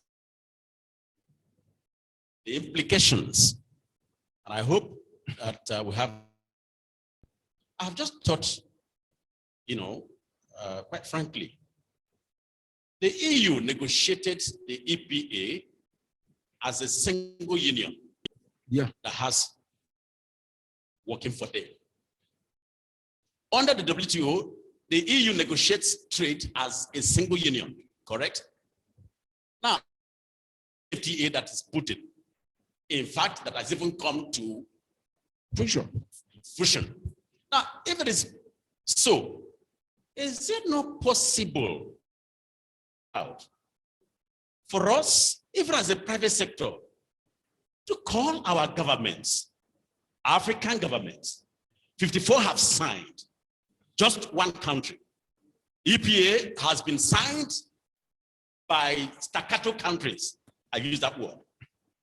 If that has happened, till this day, we have not seen, and I stand to be corrected, the full implementation of the EPA in the whole of Africa. In the whole of Africa. Therefore, can we consider an African Union that will come under one umbrella, just like the EU, and say, brothers, we now have our own trade regime called AfCFTA. You have yours. Can we now come and renegotiate the EPA as single entity? That's number one. Number two is that I also become a bit afraid of the private sector. I am one of them. And when I look at the AfCFTA, what always comes to my mind is the political economy of where we stand with the EPA on the side and the AfCFTA that we are driving as a private sector now, where lands competitiveness, and I'm going to explain this in just 1 second. We have some African countries that are darlings to Europe, Morocco at least, that we know. We mentioned their names. Now, we are not. Now, having mentioned them, can we also begin to look at the rules of origin? Thank you. That will knit us together to the point that competitiveness will spring from us and will not, our trade and our capacity will not be hijacked through other countries under the legacy agreement. Number three, it's also possible for us to begin to consider a very strong dispute settlement mechanism that recognizes sanction mechanisms against any, within the AfCFTA, any country that falls foul. Because when I read as a lawyer, all the dispute settlement mechanism provisions, I don't see the bite that can protect the private sector. And take, for instance, Nigerian traders have been suffering from South Africa to Ghana, from Ghana to Kenya, and all of that. Benin, now, we have about 4,001, just yesterday. It has risen to 4,001 trailer trucks that are there. And all of them are coming to Nigeria. Stop for refusal to use Togo port. 3 weeks now. So, do we have, when I look at the AfCFTA, do we have a government that recognizes that AfCFTA is meant for the private sector, and therefore allow the private sector to look at the contents of Article 2021 of the AfCFTA, which looks at dispute settlement mechanism, to review that in a way that the private sector can also seek redress. Not just member states seeking redress, when their political hands will be tied and the economic hand of the private sector is in danger. My final point, and I will sit down, is the issue of what we have, or what we had within the EU EPA under the European Union, that eventually, while we were negotiating within ourselves along and around the AfCFTA, we now had the Brexit. EU dropped from 28 to 37. But see the funniest part. The funny part now is that UK that dropped has come to start negotiating in EPAs with Ghana, and they have already signed with Cote d'Ivoire. More from now, we are an entity under the ACP. If you look at Article 45 and Article 85 and Article 36 of the ECOWAS Treaty, you will discover that any country, any member states that ought to go into any other bilateral agreement, they are free, but they must notify ECOWAS and notify the member states. Nobody did all of that, and therefore we are in danger. Nigeria's market is the greatest, the largest market, and so what we are going to have now, see of the so-called AfCFTA, there is going to be an untwisting of the trade of Nigeria, and we will be dealing. Thank you very much. Clap for him. So where is my DG? We have people in Nigeria. Give us the chance. We will turn the. Mr. Moderator. Thank you, sir. Sorry, I'm actually surprised that there is a position for Dr. Enobong is occupying within the community, because about AfCFTA that Nigeria for now don't have a functional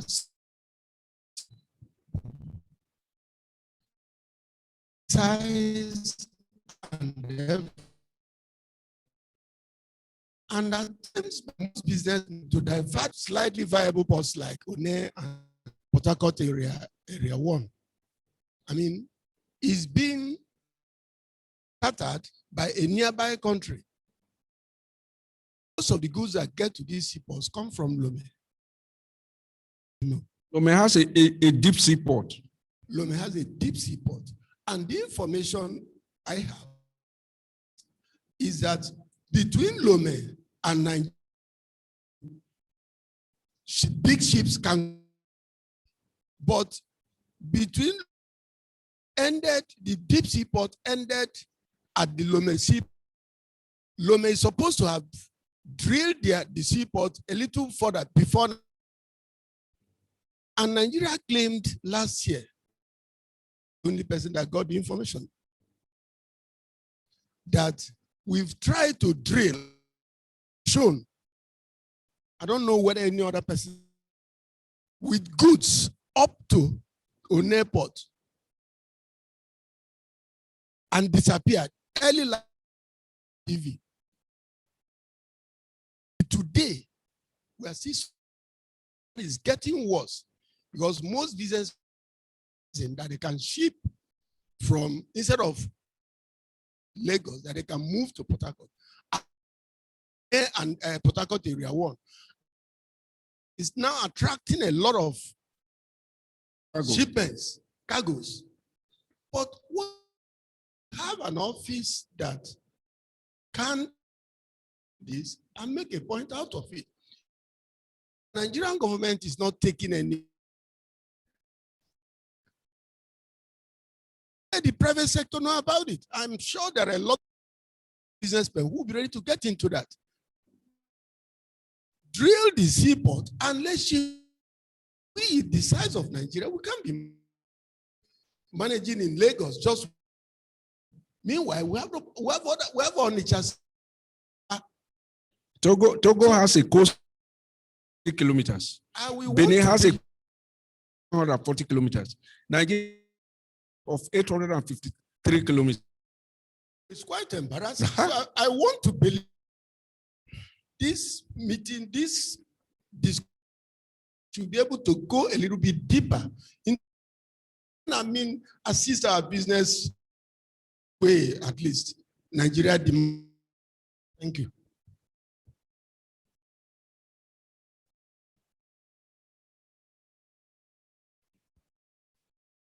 Thank you.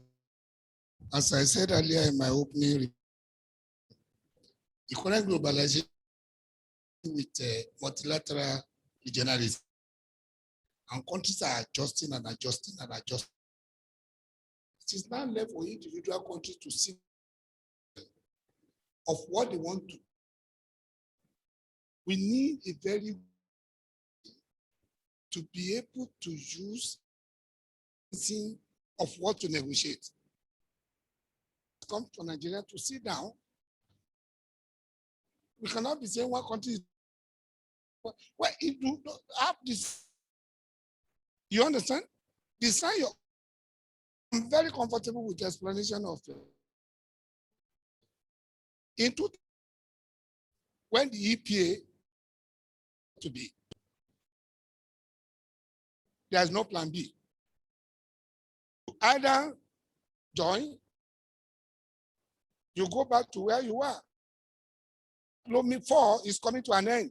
Not now.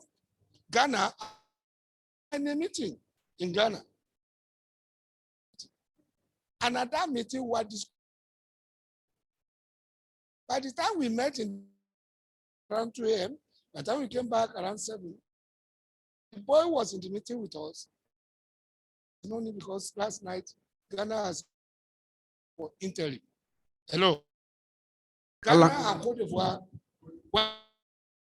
Alan Crawford. Now, because countries are the developing countries, all the classified as lifted, are still qualified under. So the rest that are to actually suffer, 2 has gone for interim, only Nigeria. Now, opportunity 2014 was concluding the EPA negotiation. It was a time to sign. A week later, AU commended Nigeria for taking, and that is the beginning of AfCFTA today. Let us have an African position used in negotiating with powers. You see, by the time you get to WTO meetings, Argentina, the discussion there is tough. It's in different regional blocks. Wanted to do. So I think that we put ourselves in Africa, get a very good position, all this negotiation right. We are. I'm coming because when they run this, it's going to affect you. Yes. When African Continental going around, myself and Professor, somebody said we don't need it, we don't need it. Ambassador. I said, no problem, but a South African company can come, establish its factory in Cote as part of AfCFTA and use African trade relations to push him. What have you gained by not being part of AfCFTA? You see, we better make sure we know where we are going. They are thinking fast. They are developing. Thank you, Professor. We have to stop here. Tomorrow is another day. All right. One sentence. Everything private sector. The ECOWAS Business Council. Close rank. Do not think that if you understand the theory of it's still largely that is it is difficult for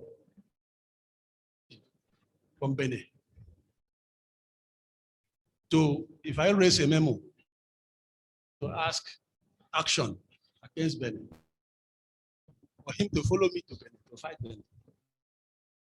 But the private sector, the ECOWAS business can do that. The ECOWAS Business Council has a seat with the Council of Ministers. They can authority of heads of state. They can go to the authority to the sun. What that means is that all these issues, it appears that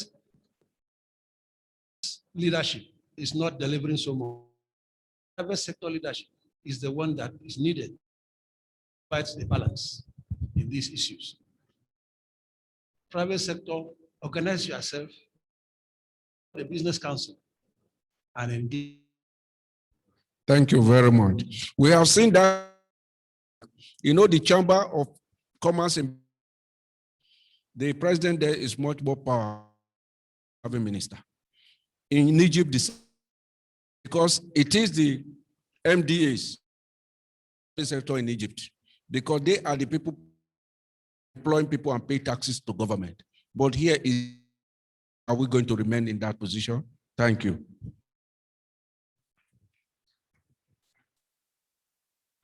I can do better than that, please.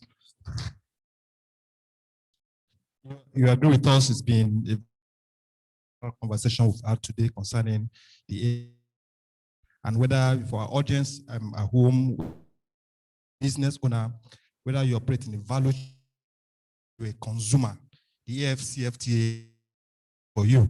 So the conversation will continue tomorrow 9 a.m. with other very incisive and fundamental topics. So we want to crave your audience, our audience at home, 10 a.m., the same link, and the conversation continue. Immediately after now, just before we take, immediately after the vote of thanks, lunch will be served in the part of this hall, just to your left. We'll served there. And I want to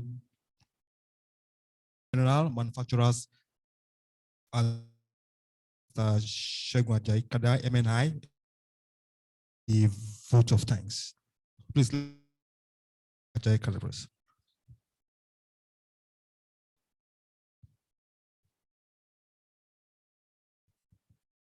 Okay. This man, it's always very easy. Spent a long day in the vote of thanks, because whether you give it well or not, anyway.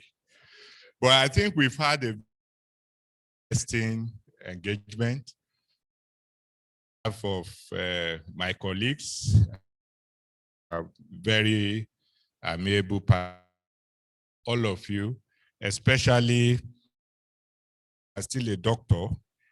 I want something must be wrong with those giving that professorial thing. I was wondering whether we had 4 presenters. He did. He did most of the passion that he has, and we thank you very much. You have done. Thank you so very much.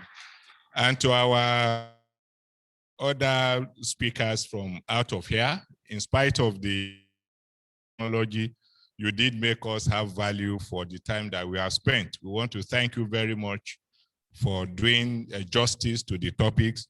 What we are discussing here is Africa. And I think Nigeria should never lose the opportunity of standing up to its responsibility. Africa should be Africa of people, not of states. That's what ECOWAS has done, and they are doing it well. We should insist that that is done. And I think we get the message. The private sector has to take up some leadership roles. Thank God now we have an ECOWAS. I was telling Enobong that, look, this is the time I'm seeing ECOWAS for the first time working for the people. And Nigeria must go there and not allow us to be pushed back again. We can't be funding an organization 60%. We can't give them that edifice. We can't be paying the bills, and some other people will be taking the advantage. So I think I want to thank you very much to my colleagues in the OPS, to our friends from the media, and all those to the hotel, all those who have made it possible for us today to enjoy ourselves in this nice environment. I want to thank you and to say, let's do this again tomorrow. Let's come here in good time so that we'll have a good show. Thank you very much, and God bless you.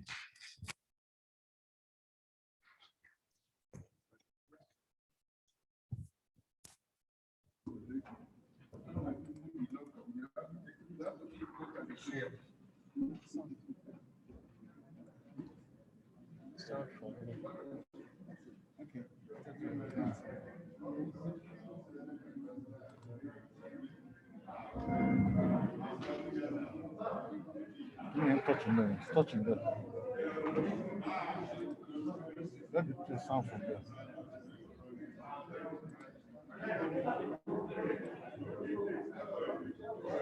Did you reduce it?